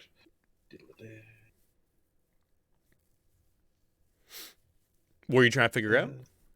How to do it. Oh, you should be able to just click on it. It should just work. I think it should be set up already for you. This is Fennec, right? Yeah. Yeah. Just if you, I think I have it set up there. Yeah, I have it set up for you. So Fennec can just attack, and the D die will go in. And if it's he should have. Oh, 1 second though. Fennec's D die should be a D4 though, not D3. There you go. Mm-hmm. Yeah. So if you want, just roll me an attack. And if it's a 3 or more, then it'll actually go off. Like it'll flip them, which it is. So he doesn't hit, but if you burn 3 luck, but he does flip over the. Well, no, because you need to both hit and like to actually get the deed off, you need to both hit and get the deed at the same time. Yeah. Don't forget, you guys do have fleeing luck. You all have 1 each. right. Marn has 2. 1 each. Because he rolled natural 20 when doing his patron bond thing right before the game. So you guys can use that if you want to. But yeah. So you weren't able to do that. Fag just sort of slips on him, gets one of the thorns into his foot. I mean, I would give up a fleeting luck for that to hit. I think then I'll do it because it's my one. Yeah, I'll make that 3 or 4, and You're gonna need 3 more though. The AC 16. Yeah, you need 3 more. Yeah, sorry, that's my mistake. Right. You can have one of mine. But yeah, I'll give one up for that. Yeah, me too. Mine's giving, right, perfect. There you go. Yeah, so you just flip him up and just sort of smash into him. That should be. It's too bad you just rolled a 2 on that. But yeah, 5 points of damage. This is the one that's already hurt, I'm assuming. It was the one that charged Ixie. Ixie? Okay. Yeah. Sounds good. So that's 2 of them that are hurt. All right. John, do you have other characters? That was just. I have other characters. Yeah. Cedric is then going to fire his crossbow at the flipped one. Okay, nice. Yeah, his AC the AC of this creature is going to be lower because it's flipped over. It's the AC is just 14. Blast. I'm not going to burn a permanent point of luck for that. Yeah. It was a good idea, but No, Hang on. I'll burn another fleeting luck for. there you go. Go on. Perfect. That's 3 points of damage, Martin. Oh, you might roll a 1 next, so it's not a bad idea, really. Right. So yeah, so if you burn that luck, yeah, you fire a crossbow bolt right into him, which hurts him even more. He's almost dead. Good shot. Wait, give me a second. I just noticed it didn't add my dex. It added my strength modifier. Oh, really? Okay, so that does hit then? So if you mouse over the roll and go down to the 11, Yeah. the +2 is my old dex modifier, but my dex modifier is now 3. So it's 14. So it is 14. Okay, cool. Yeah, so you gotta change the to hit to be there. I'll just do it for you. Yeah, thanks. Yeah, no worries. Okay, so you still have your fleeing luck, Martin, because that does hit, and the crossbow bolt goes true. And yeah, hurts him. All right. Yeah, I was just like, oh, that's weird. Yeah, no, it's all good. And then my last character is Zach Caller, who is a tax collector. He has a long sword, and he's gonna try his best on the all-in-one. No. Oh, damn, if he had hit you, life. that'd be some great damage if he had hit. I know, but such is life. It is what it is. All right, Martin, your turn. There's 3 still alive, 2 are hurt. That's cool. So Chuck, with his new kind of he's still a hireling, but he's kind of this senior hireling. Is going to start instructing the other two. He's going to say to the dwarven herder, "You go over there, and you make sure you whack it with your crook or whatever you got there." And confident asked this, yeah, well, you must have a dagger. Go and slice that one off. See if you can get some white meat out of the legs. And he's sounding very very authoritarian. This guy. So the dwarven herder's going to have a go at one of the crabs. Okay. Anyone in particular doesn't really matter. There's 2 hurt ones, so I don't know if you want to go for one of the hurt ones or the one who's unhurt. Okay, yeah. We'll go for a hurt one. Sounds good. Nice, good hit. Ooh. That's 1 point of damage. Of course. All right. Both still up. Give me your next guy. On our list. Not gonna hit. My He's God, a these coward. minus ones are also Artist. rough. Martin. Yeah, just 1,000 paper cuts. Jedediah goes, "Oh, go on then, Chuck. It's your go now." And Chuck's sort of hanging back a bit. You just need 16 to hit. I'll let Chuck do it. Chuck's been here longer. He can just use his luck if you need him to. The other guys are all just random guys from the boat. Oh, Chuck has a name. yeah, Exactly. Yeah, okay. Yeah. Yeah, Chuck will burn a permanent luck. He's only got 1 hit point, so he may as well use his luck. Yep. And you're going to use And your then fleeing luck, or Fleeting luck as well. Yeah. Awesome. Oh, that just Nice. immediately kills one. Chuck just starts slashing away with his hand axe and kills another one. So there's only 2 left. 1 hurt and 1 unhurt. Well done, Chuck. That wasn't too bad, that. And then Jedediah's going to have a go himself. And can't see Jedediah's weapon. Where have you gone, Jedediah's weapon? Oh, yes. He's going to run up one with his trusty pitchfork. Oh, I'm going to have you, he says. Oh, there we go. Nice. Natural 20. Critical hit. Oh my god. Jesus. Nice. And yeah, give me an extra 3d4. Crabs on the menu this evening. As you pitchforks the fucking crab. Yeah, that's definitely gonna Nice. kill it. Yeah, as you just sort of pitchfort it and And I he just love turns that. around and goes, You got to get it in the eyes. If you get it in the eyes, you'll get it, you will. He's just stabbing it into a little crab face. That's horrible. And Martin, I think it's Chris who's left, or yeah. Yeah, so just Chris. And Chris goes, "Oh, this violence, I don't know. Maybe I can persuade it to go to sleep." Oh boy. Fumble. Okay. So lost, failure, and worse. Roll me a d6 modified by your luck. Chris has no luck. Add a 6. All right. So 2 plus is a misfire, so that's the best you can hope for. So misfire.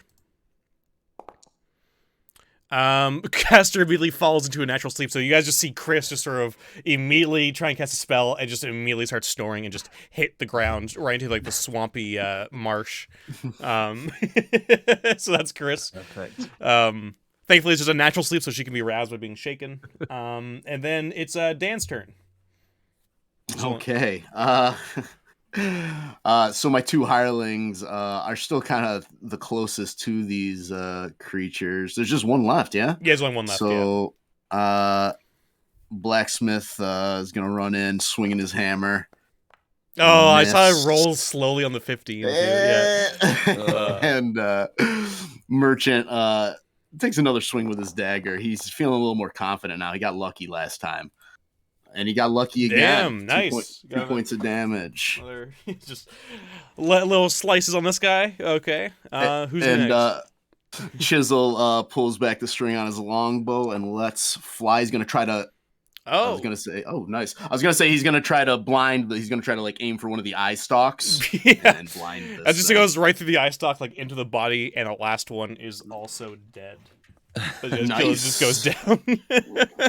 And Pip, then Pip is kind of like he's in the process of running away and sees that all these things went down in about 5 seconds, and he kind of is like, "Good job, guys! Good job! That's the way to handle things." Awesome. Looks around. Yeah, so there's just 4 dead crabs. You guys are still like in this marshland. Like I said, you had some keep going down south. We're gonna take a quick break here though, just grab coffees, bathroom, all that sort of stuff. We're at the 2-hour mark. But you guys can decide afterwards like what way you want to go. If you guys are gonna go through the cliffs or around the island the long way. So we'll decide that when we get back. What were you guys thinking? Cut through the mountains or like follow the beach? I was thinking it might actually be in our interest to go to one of the peaks and try and maybe scout the volcano a little bit. I like that. Get a lay of the land kind of thing. Yeah. I mean, like one of the ones like right here, like next to you. Like Yeah, scout that from was one my of thinking. those. Yeah. I mean, obviously, there's no way to know like what the height is, but like figuring roughly. Yeah. No, the reason why I'm asking is because just depending on what area you guys Which are mountain? going to, it changes on what you might be coming across. So, All right, guys, you got 4 peaks to that have X's. yeah. And they're all terrible choices. No, I think You guys really should have stuck with the valleys. Yeah. You said the other maps from this suck. It's Just hard to interpret, honestly, I just think I like this module a lot for a lot of fun stuff it has. It has a very fun pulpy adventure feel, and a lot of the things it does really cool. But I am not gonna lie, I am a little bit confused about certain things, so I'm basically just kind of having to make executive decisions on how things work here and there, because sometimes I'm just like, I think this leads to here, and I think this does that, but I'm not totally sure. And there's a whole like timetable I have to keep track of like things happening in the background. So it's just one of those things where like it's fun, but it's also like, oh, okay, so there's this and that. There's a lot of stuff kind of going on in the background for you. Exactly. Yeah, I know what that's all about. Yeah, there's a lot of that in the Alien RPG, where there's all these like events you kind of have to like keep track of, and some are definitely going to happen, some are possible things they could happen, and you got to kind of mix them in as you see fit. Yeah, exactly. Like you guys have also like by doing some of the things you've done, you've sidestepped some pretty bad things. So far, you've already done some smart stuff. So it's been thank God for gourmets. Right.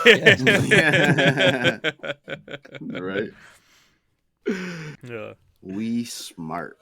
All I could think when that Gormaz was talking was the Simpsons episode where the dolphins start talking. They do like a bird spoof, and it's like, snarky talk, man. Excuse me. And he just starts speaking like very intellectually. What I meant to say was, that's funny.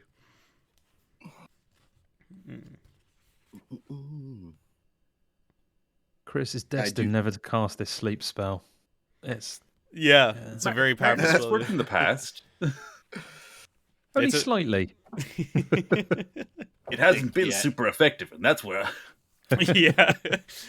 You got unlucky though with the fumble. At least it could have been worse if you rolled a 1 on that d6. I was like corruption. I have not seen corruption DCC in a long time, so I'm excited for whenever a corruption possibly happens. Oh yeah, it's one of those things where it's like, look, the worst, the particular combination is. Yeah. I think that growing out of your head. That sleep one seems to be the best thing though in terms of fumbling on, because it looks like 2+ is a misfire, whereas some of them are like 4 or 5 is a misfire sort of thing, where it's like it's much higher chance that you're gonna get corruption. So yeah, the more powerful the spell, the more. Exactly. Yeah, the corruptions on higher level spells gets really bad. I believe it. I love that Klarvgarok image. Yeah, it's good. Is that from the last module? It is. Yeah, each lord has their own picture and the stuff they might give you and stuff. Cool. Doug Kovacs, he fucking kills it. Oh yeah. All the artists that they get usually for DCC do some amazing jobs thematically. Yeah. Where did Wizard run off to? He better not be shit posting. He posted it shit posting. All right. Yeah. So you said start with Adam for a little bit. All right. Cool. All right. Yeah. So what do you guys want to do? Do you guys want to go to one of the peaks? Yeah, I think that sounds cool. Yeah. Okay. Yep. Let's go with the peaks. Yeah, I think it's a good idea. So which one do you guys want to go to? Which there's basically every one of those plus signs is a peak. Like, so I don't know, which you guys can just circle or just ping whichever one you'd like to go to. So So did we cross like straight line? So we're here. Yeah, you're basically in the general area of the where our pings Okay, are. yeah. Like you're off of the ruins, and you're sort of just like on a bit more firmer ground, and so you can decide if you want to stay on that ground or go up. But yeah, you decide to go up. So Yeah, Cedric's like, well, you see, preparation is half the battle. So I say we go up the hill, get a lay of the land, figure out maybe we can spy this strange astral bird thing's nest, and maybe that'll help. He's like shrugging as he says that. Well, that's a good Chisel's idea. kind of nodding. Yeah, go ahead. No, go on. No, Chisel's just kind of nodding at him. And he's like, yeah, maybe we don't even need to get to the peak per se, but if we can just get an overview of the land before us, that's a great idea, I think. Fennick. Yeah. Well, you pick a peak then, and then we'll just employment. Fennec's just like, eeny, meeny, miny. Nah. And he's just like, the left one. The southernmost of the two. He's just like, yep, you asked me to make a decision. So, which one? Sorry, I like it. I was just looking at a thing. Which one are you picking? That one there? Okay. Yeah. Sounds good. So, you guys start making your way up the cliffs. You guys are able to climb them. It is somewhat sheer here and there, but I think between all of you and your hireling stuff, the biggest problem you guys really run into is just the time that passes more than anything else. As you guys are getting to the peak, the sun is starting to set. You still have some time to look around in the light. The one thing, John, for I would say for Cedric, since it seems like Cedric's kind of leading this sort of this idea he's here. pretty much. I want to give me an intelligence check for him. Yeah. Okay. Oh no. Sounds good. Okay. So you guys start climbing the peaks, and you get pretty high up. And you look across the valley there towards where you need to go, towards the volcano. And it looks like there's some activity there. But what you notice before anything else is that right where that smaller X is, you see what looks like a circle of opalescent stone monoliths topped with crystal spheres surround a deep bowl-shaped depression. So it's kind of hard to see what's actually like inside the bowl, but you do notice some sort of sort of big stone is kind of sticking out of that bowl. You can't see anything else that's inside that bowl, but you do see something sort of coming out of it. With the sun setting, it's a little bit hard to tell what it is. But who would be in the back of the group? Like as you guys are all sort of like on the top of this peak and you're looking out, who would be in the back? Do you guys think of like PCs, not hirelings? My first instinctive reaction is to say not me, but That means it's you. it probably would be Chris. Yeah. All right, I'm Chris, guessing, give me an yeah. intelligence check. Still a bit sleepy from her earlier mistake. Okay, so Chris, it's hard for you to really see. I guess you are an elf, aren't you? So you actually you have infrared vision. Your infrared vision picks up some pretty horrifying things behind you. It picks up. Let's see here. Holy shit! You see 16 creatures about 100 feet below you, scuttling up. That all. I guess the best way I could describe them are arachnid men. They look somewhat like driders, but also their features are definitely not. There's nothing human really about them other than part of their appendages look a bit, I guess, humanoid-like. But overall, there's 8 legs. It has what's the name? What's the part of the spire? The back part? What's the The thorax. Thorax, yeah. Like it all looks very abdomen, thorax of the spider. And they look more spider than men, but there are like arms and stuff coming out of them. And they are very silently coming up towards you. They are, like I said, they're 100 feet below, so they are pretty far away. But you do see them definitely watching you, and they're not running full charge, but they are scuttling up as a group towards your group. Chris is going to point this out and go, I say, look down there. There's these spider creatures. There's, well, hundreds of them. 16 at least. Yeah. 16 that you can see. Yeah. And I would say anybody looking can probably make out at least a few of them, but not all of them, just from the darkness, from the sun setting. Is there any wood? Can we build a little fire? Yeah, I would say you guys would either at least have stuff for torches and that sort of stuff, I would say, between all of you. Is this like a defensible place we're at all, or can we let's try to find a defensible place? Get some rocks behind us or something. Yeah, so you guys are sort of like, you guys aren't at the full peak of the mountain because of just how thin it goes off, but I would say you are probably on like a little like mountain pass, so like probably to like your direct right is just sheer cliff going up once again, and I would say to your left is just a full drop off about just like down to the bottom. Basically, if you fall down there, you're probably going to tumble for a few hundred feet. But where you are right now, there's loads of rocks. It's somewhat smooth, and like how many are left of you? 15. All 15 of you are able to like find pretty good footing here. This probably isn't the worst defensible place. But you could try looking for something else if you are looking for anything in particular. It'll probably be like luck checks and that sort of thing. But right now you're basically, I guess, cornered here to an extent, as in you could keep going up a little bit, but you can't really go down without running into these guys, more than likely, or without them cutting you off.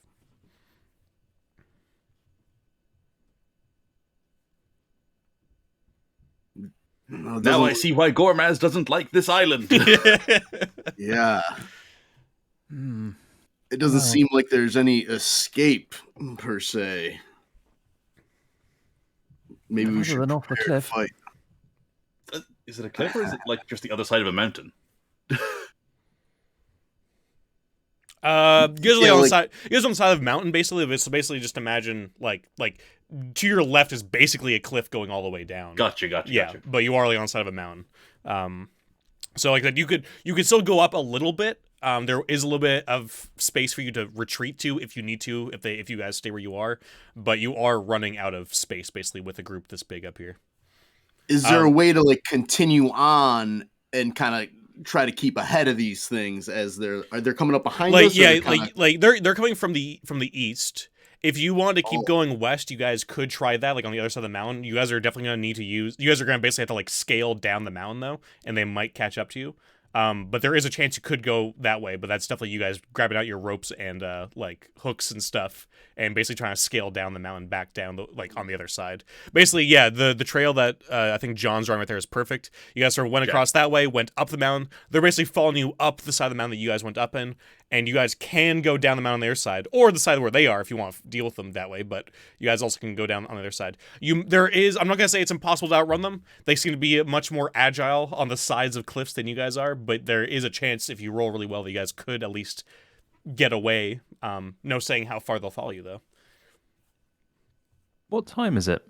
It is just, like, the sun is just setting. Like, there's just enough light, but basically most of the group can't see all the arachnomen that you could see. The only ones they can see are some people with infrared vision can see all of them. But they see, like, just, like, the black sort of silhouettes scuttling towards you guys.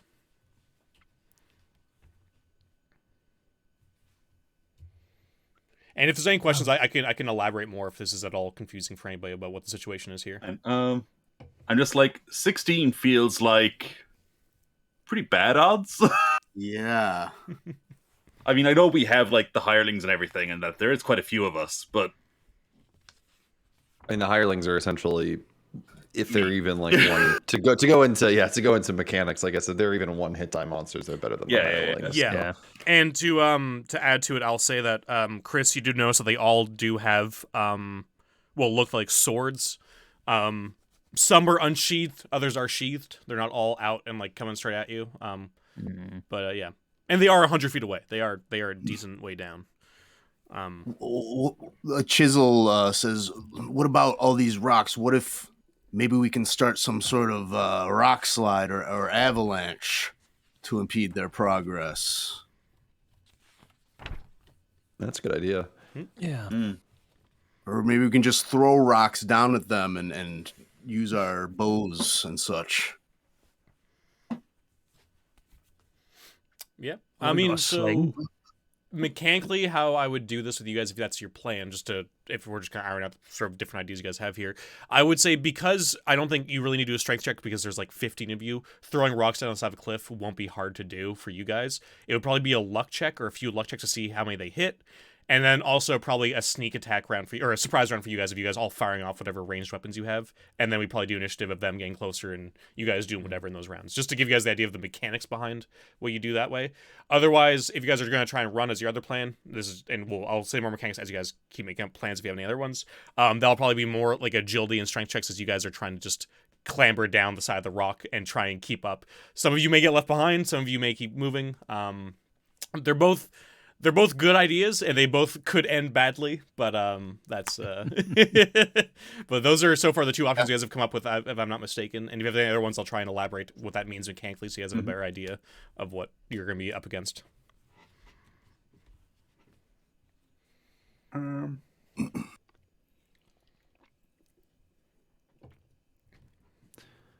all up for running away from this one. I'm up for either or. Totally. You can also do a mix of both if you want to. Like you're not solid on one plan or the other if you want to. You guys, all you hirelings, wait here. Yeah. We're gonna go check out something on the other side of that rock. You're gonna say, Jack? You're gonna say yeah. Normally I'd be for running away, but the way that Alex framed that just sounds like it's a decent chance we would just get put in a position where some people get left behind and end up having to fight them anyway because they fail checks. And that's just a worse situation generically, I guess. Yeah, I'm trying to make sure you guys have an idea, so I don't feel like I have any gotcha moments on you guys or anything bad going. I think you guys, your adventures have an idea of how things might go either way, so I'm trying to make sure you guys can get that mechanically.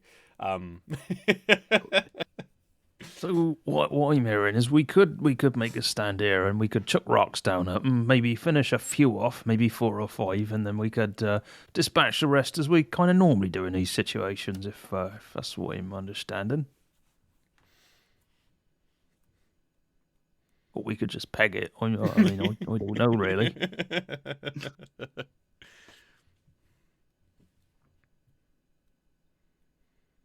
Yeah. I say we stand and fight, Chisel says. And Pip looks kind of skeptical, but he doesn't really pipe up. He doesn't know any better. I don't trust our ability to run faster than things with that many legs. Especially down a fucking mountain. I just imagine like the sounds of like just pattering, just getting louder as you're saying that. Like more legs, like it's just like. I think we're gonna fight, right, guys? I think so. Right. Yeah, Right. Rock. Next Start a rock slide first. Well, Tim just gave you guys a reroll. Thank you, Tim. Thanks, Tim. We'll need that. Thank you, Tim. So you guys are gonna push the rocks and then also fire off whatever range weapons you have. That's the idea for the sort of surprise round. Is that what? Yeah.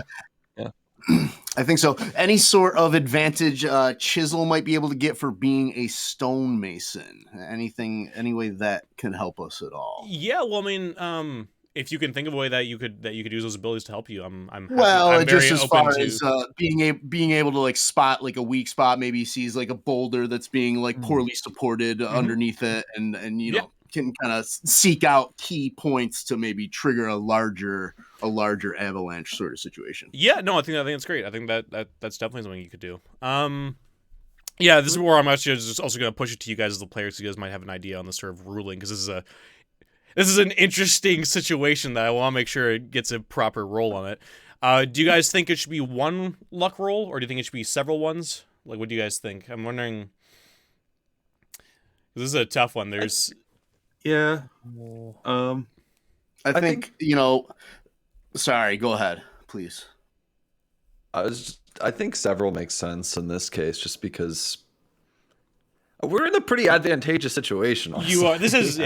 You are in a pretty good one. So, and have it be like a pass-fail scenario. You know, we roll. Yeah, it's I easy think to- it makes exactly. more like diegetic sense. That's that what I was thinking pushing too. a bunch of rocks down the hill has a Yeah. chance, a couple different chances to hurt them, right? Yeah, so let's do 3 rolls, I guess. And because of Dan's somewhat expertise, I'll give it. You know what? Instead of it being a luck roll, I was gonna have it be maybe a 50-50. But with Dan's expertise, I'll make it. I guess I'll give you a +3 bonus on top of that because I think that makes more sense than just a luck roll and choosing somebody with terrible luck. So I would say whoever wants to do the roll, maybe each of you can do a roll. Yeah, let's do 4 rolls, 1 for each of you. I think that makes more sense. It's more fun. And because of Dan's expertise, we'll say if you roll between 1 to 13, you'll get some of them. If you roll 14 to 20, then the rocks will miss them. How's that? Does that sound good to you guys? Yeah. What are we rolling again? Just a straight D20, and basically you want between 1 and 13. I think it's easier than doing a luck roll, which I think kind of might not totally make a lot of sense in my opinion. So this is the first one. Okay, so those rocks that John throws are not good because like I said, you want 1 to 13. Oh. Yeah, that one's good. That one's also good. No, don't worry about the one. This is just a different weird one that we're doing. This is good. Yeah, it's a crit. Yeah. So overall, really good rolls there. It's just some missed, they're able to get out of the way, but overall, you trigger a massive avalanche. And you know what? There's 16 of them. I'm gonna roll a d4 for each one that went well. Holy shit. Okay, well, oh my so goodness. yeah, so you guys probably might have killed a lot of wildlife down there as well, as way more rocks than you meant to. Like, Dan, you might have overdone it with which one you pointed out to throw off, but basically 11 of these things are. I'm imagining what's her face, Eloise. She's like across the other island in her tower, like having like tea on the balcony, and there's just like in the distance you just see like a bunch of fucking birds fly up out of part of the forest. Well, you could probably hear this avalanche across the island because it's probably just giant rocks.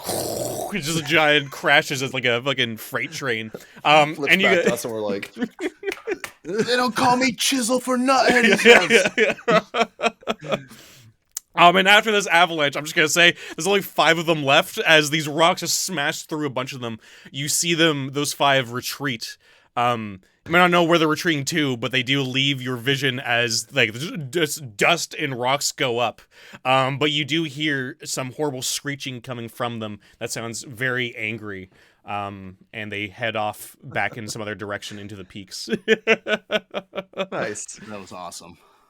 Good job, guys. I'm gonna give idea. everybody fleeing luck for that. Also, you know, I'm gonna give you guys 2 fleeing luck because I meant to give you guys fleeing luck earlier, but I totally forgot. So far, you guys have been role playing really well. So, just everybody give yourselves 2 fleeing luck each.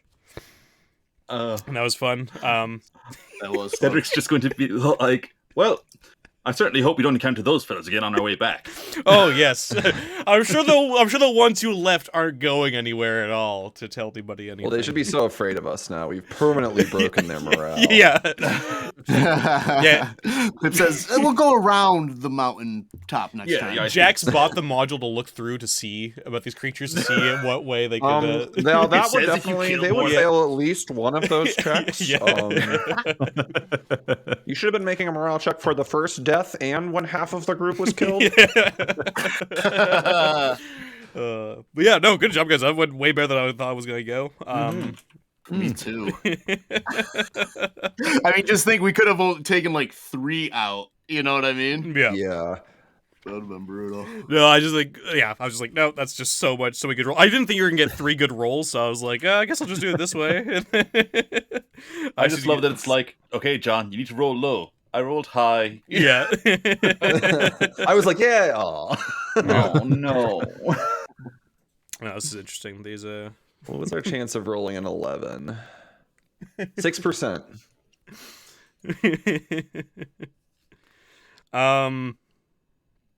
Okay. Let's see here.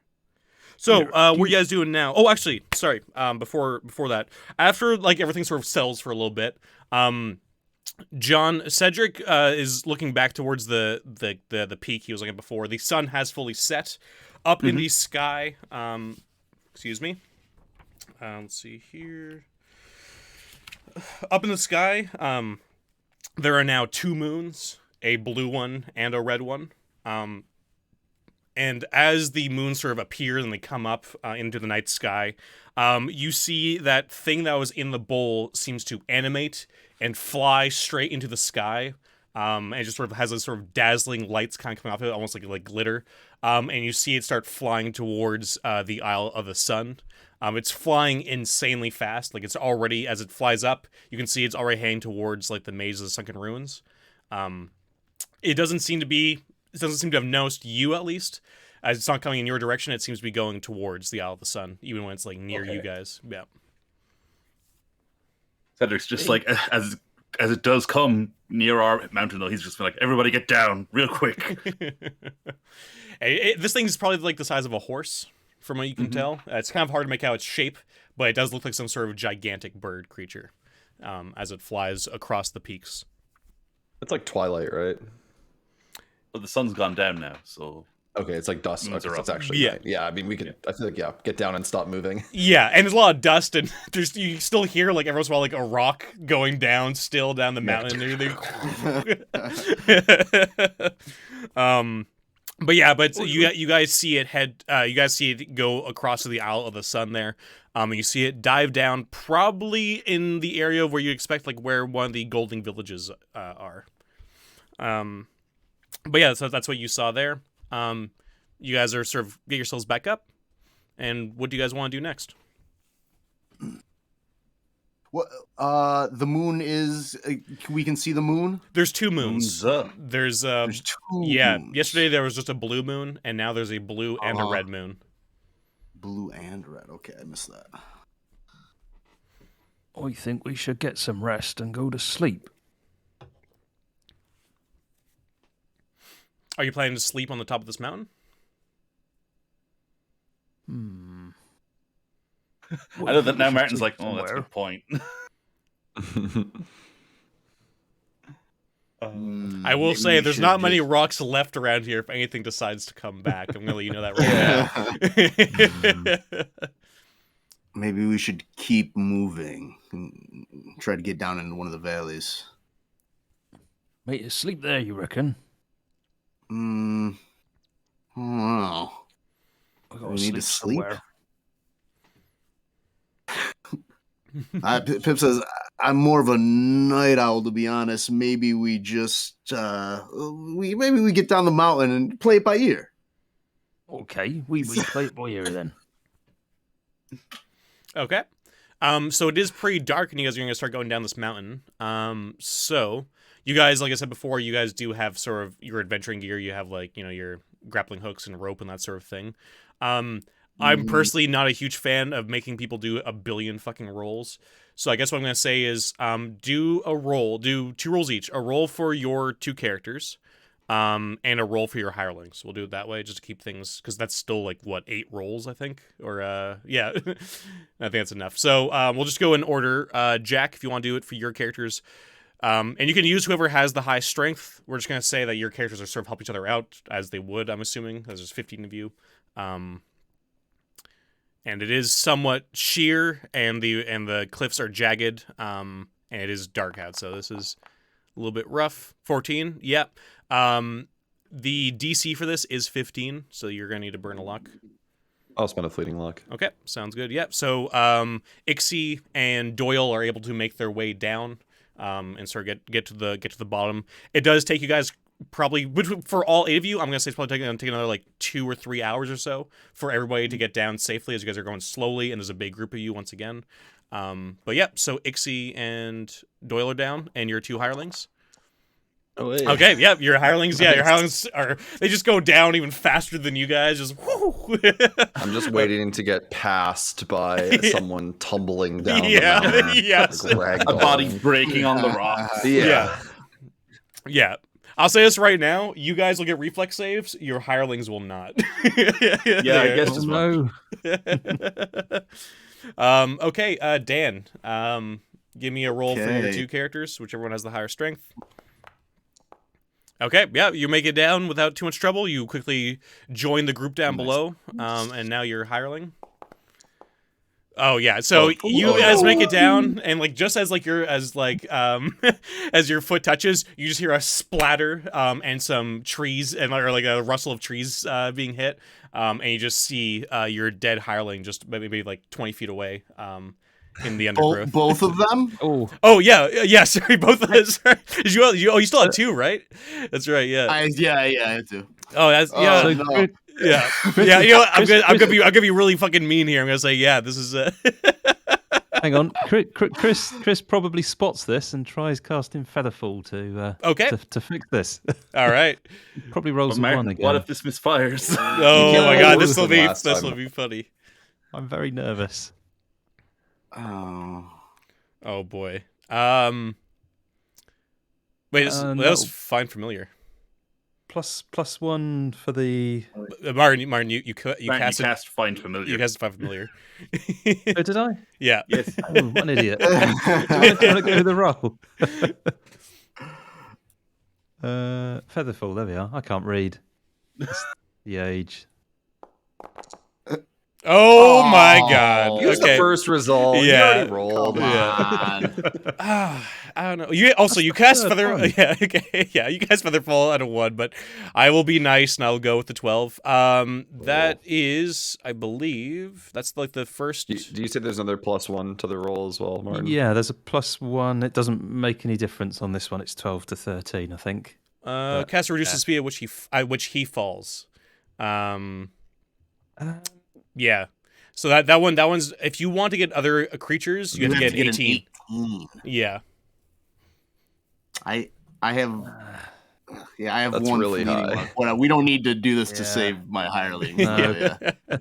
Yeah, if it was a PC, I would say consider it. Right? And I know this may seem mean, but these are guys who are just seamen. They're not fucking mountaineers, so they're You going can't down. say that on Twitch. Yeah, they're not. Yeah. They're sailors. These guys are not Sailors. cum, so they don't get extra abilities. But yeah, so Well, they those sure two just went down the splatter. mountain fast. Yeah. But yeah, so you guys hear the screams and then the splatter as they hit the ground. All right, so Dan, you're.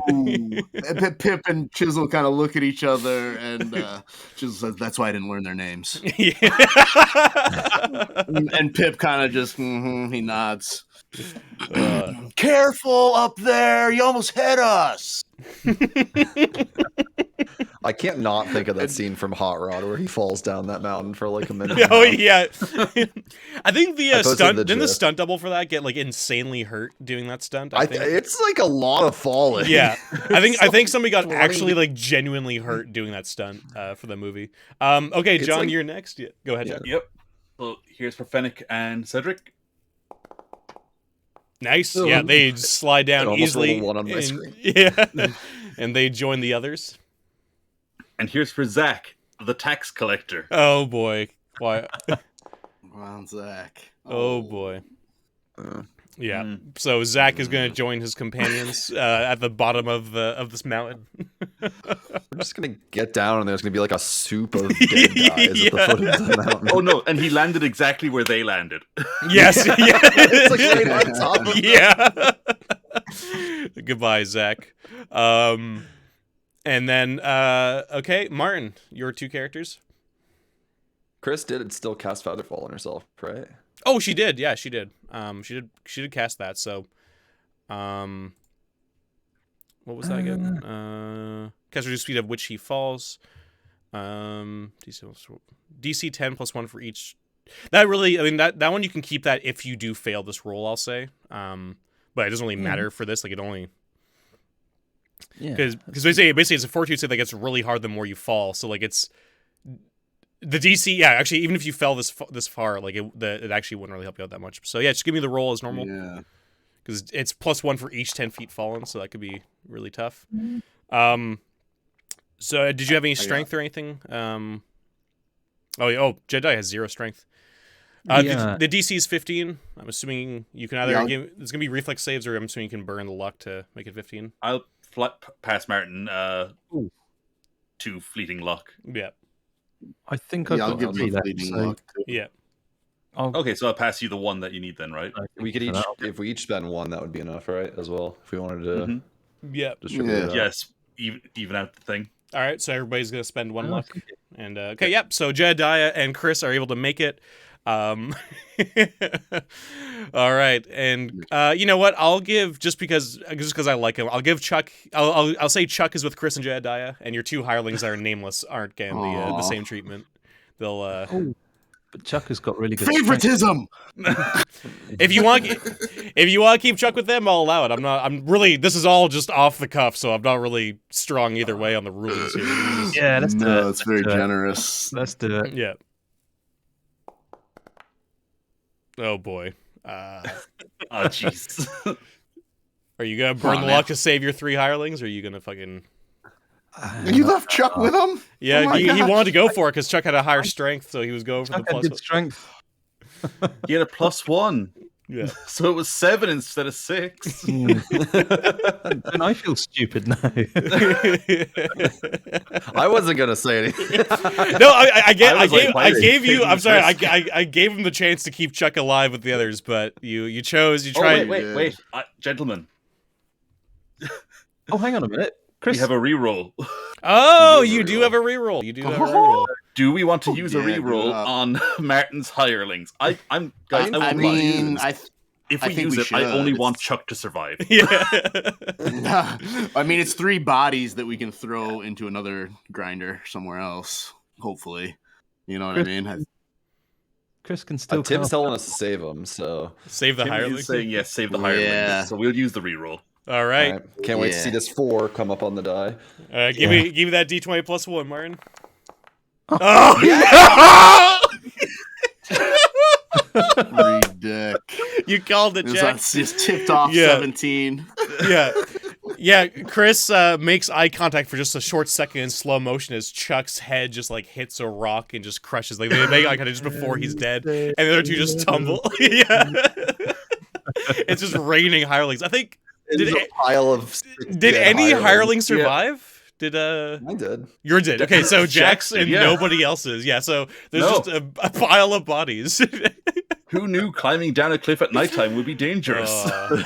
That's We too bad. couldn't have seen this coming because it's dark as shit. Yeah, it's Yeah, dark as exactly. shit with people Only who one of us don't know has how to night climb. Actually, wait, hold on. Ixie has night vision. Not that it matters, but Yeah. Oh, 2 of us I have forgot night about vision that. That reminded me, though. Thank you. Yeah. I forgot about That's that. good. That's good to know. Yeah, knowing all the actual adventurers would get chances to save because that's it's different for you guys. But these guys are all just fucking scrubs.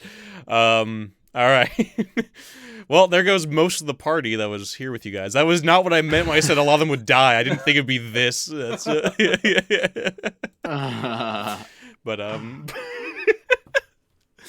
God. how much time do you have left, Dan? What are you looking at? I mean, I can stay till 4. What time is it now? Potentially. Oh, I'm sorry.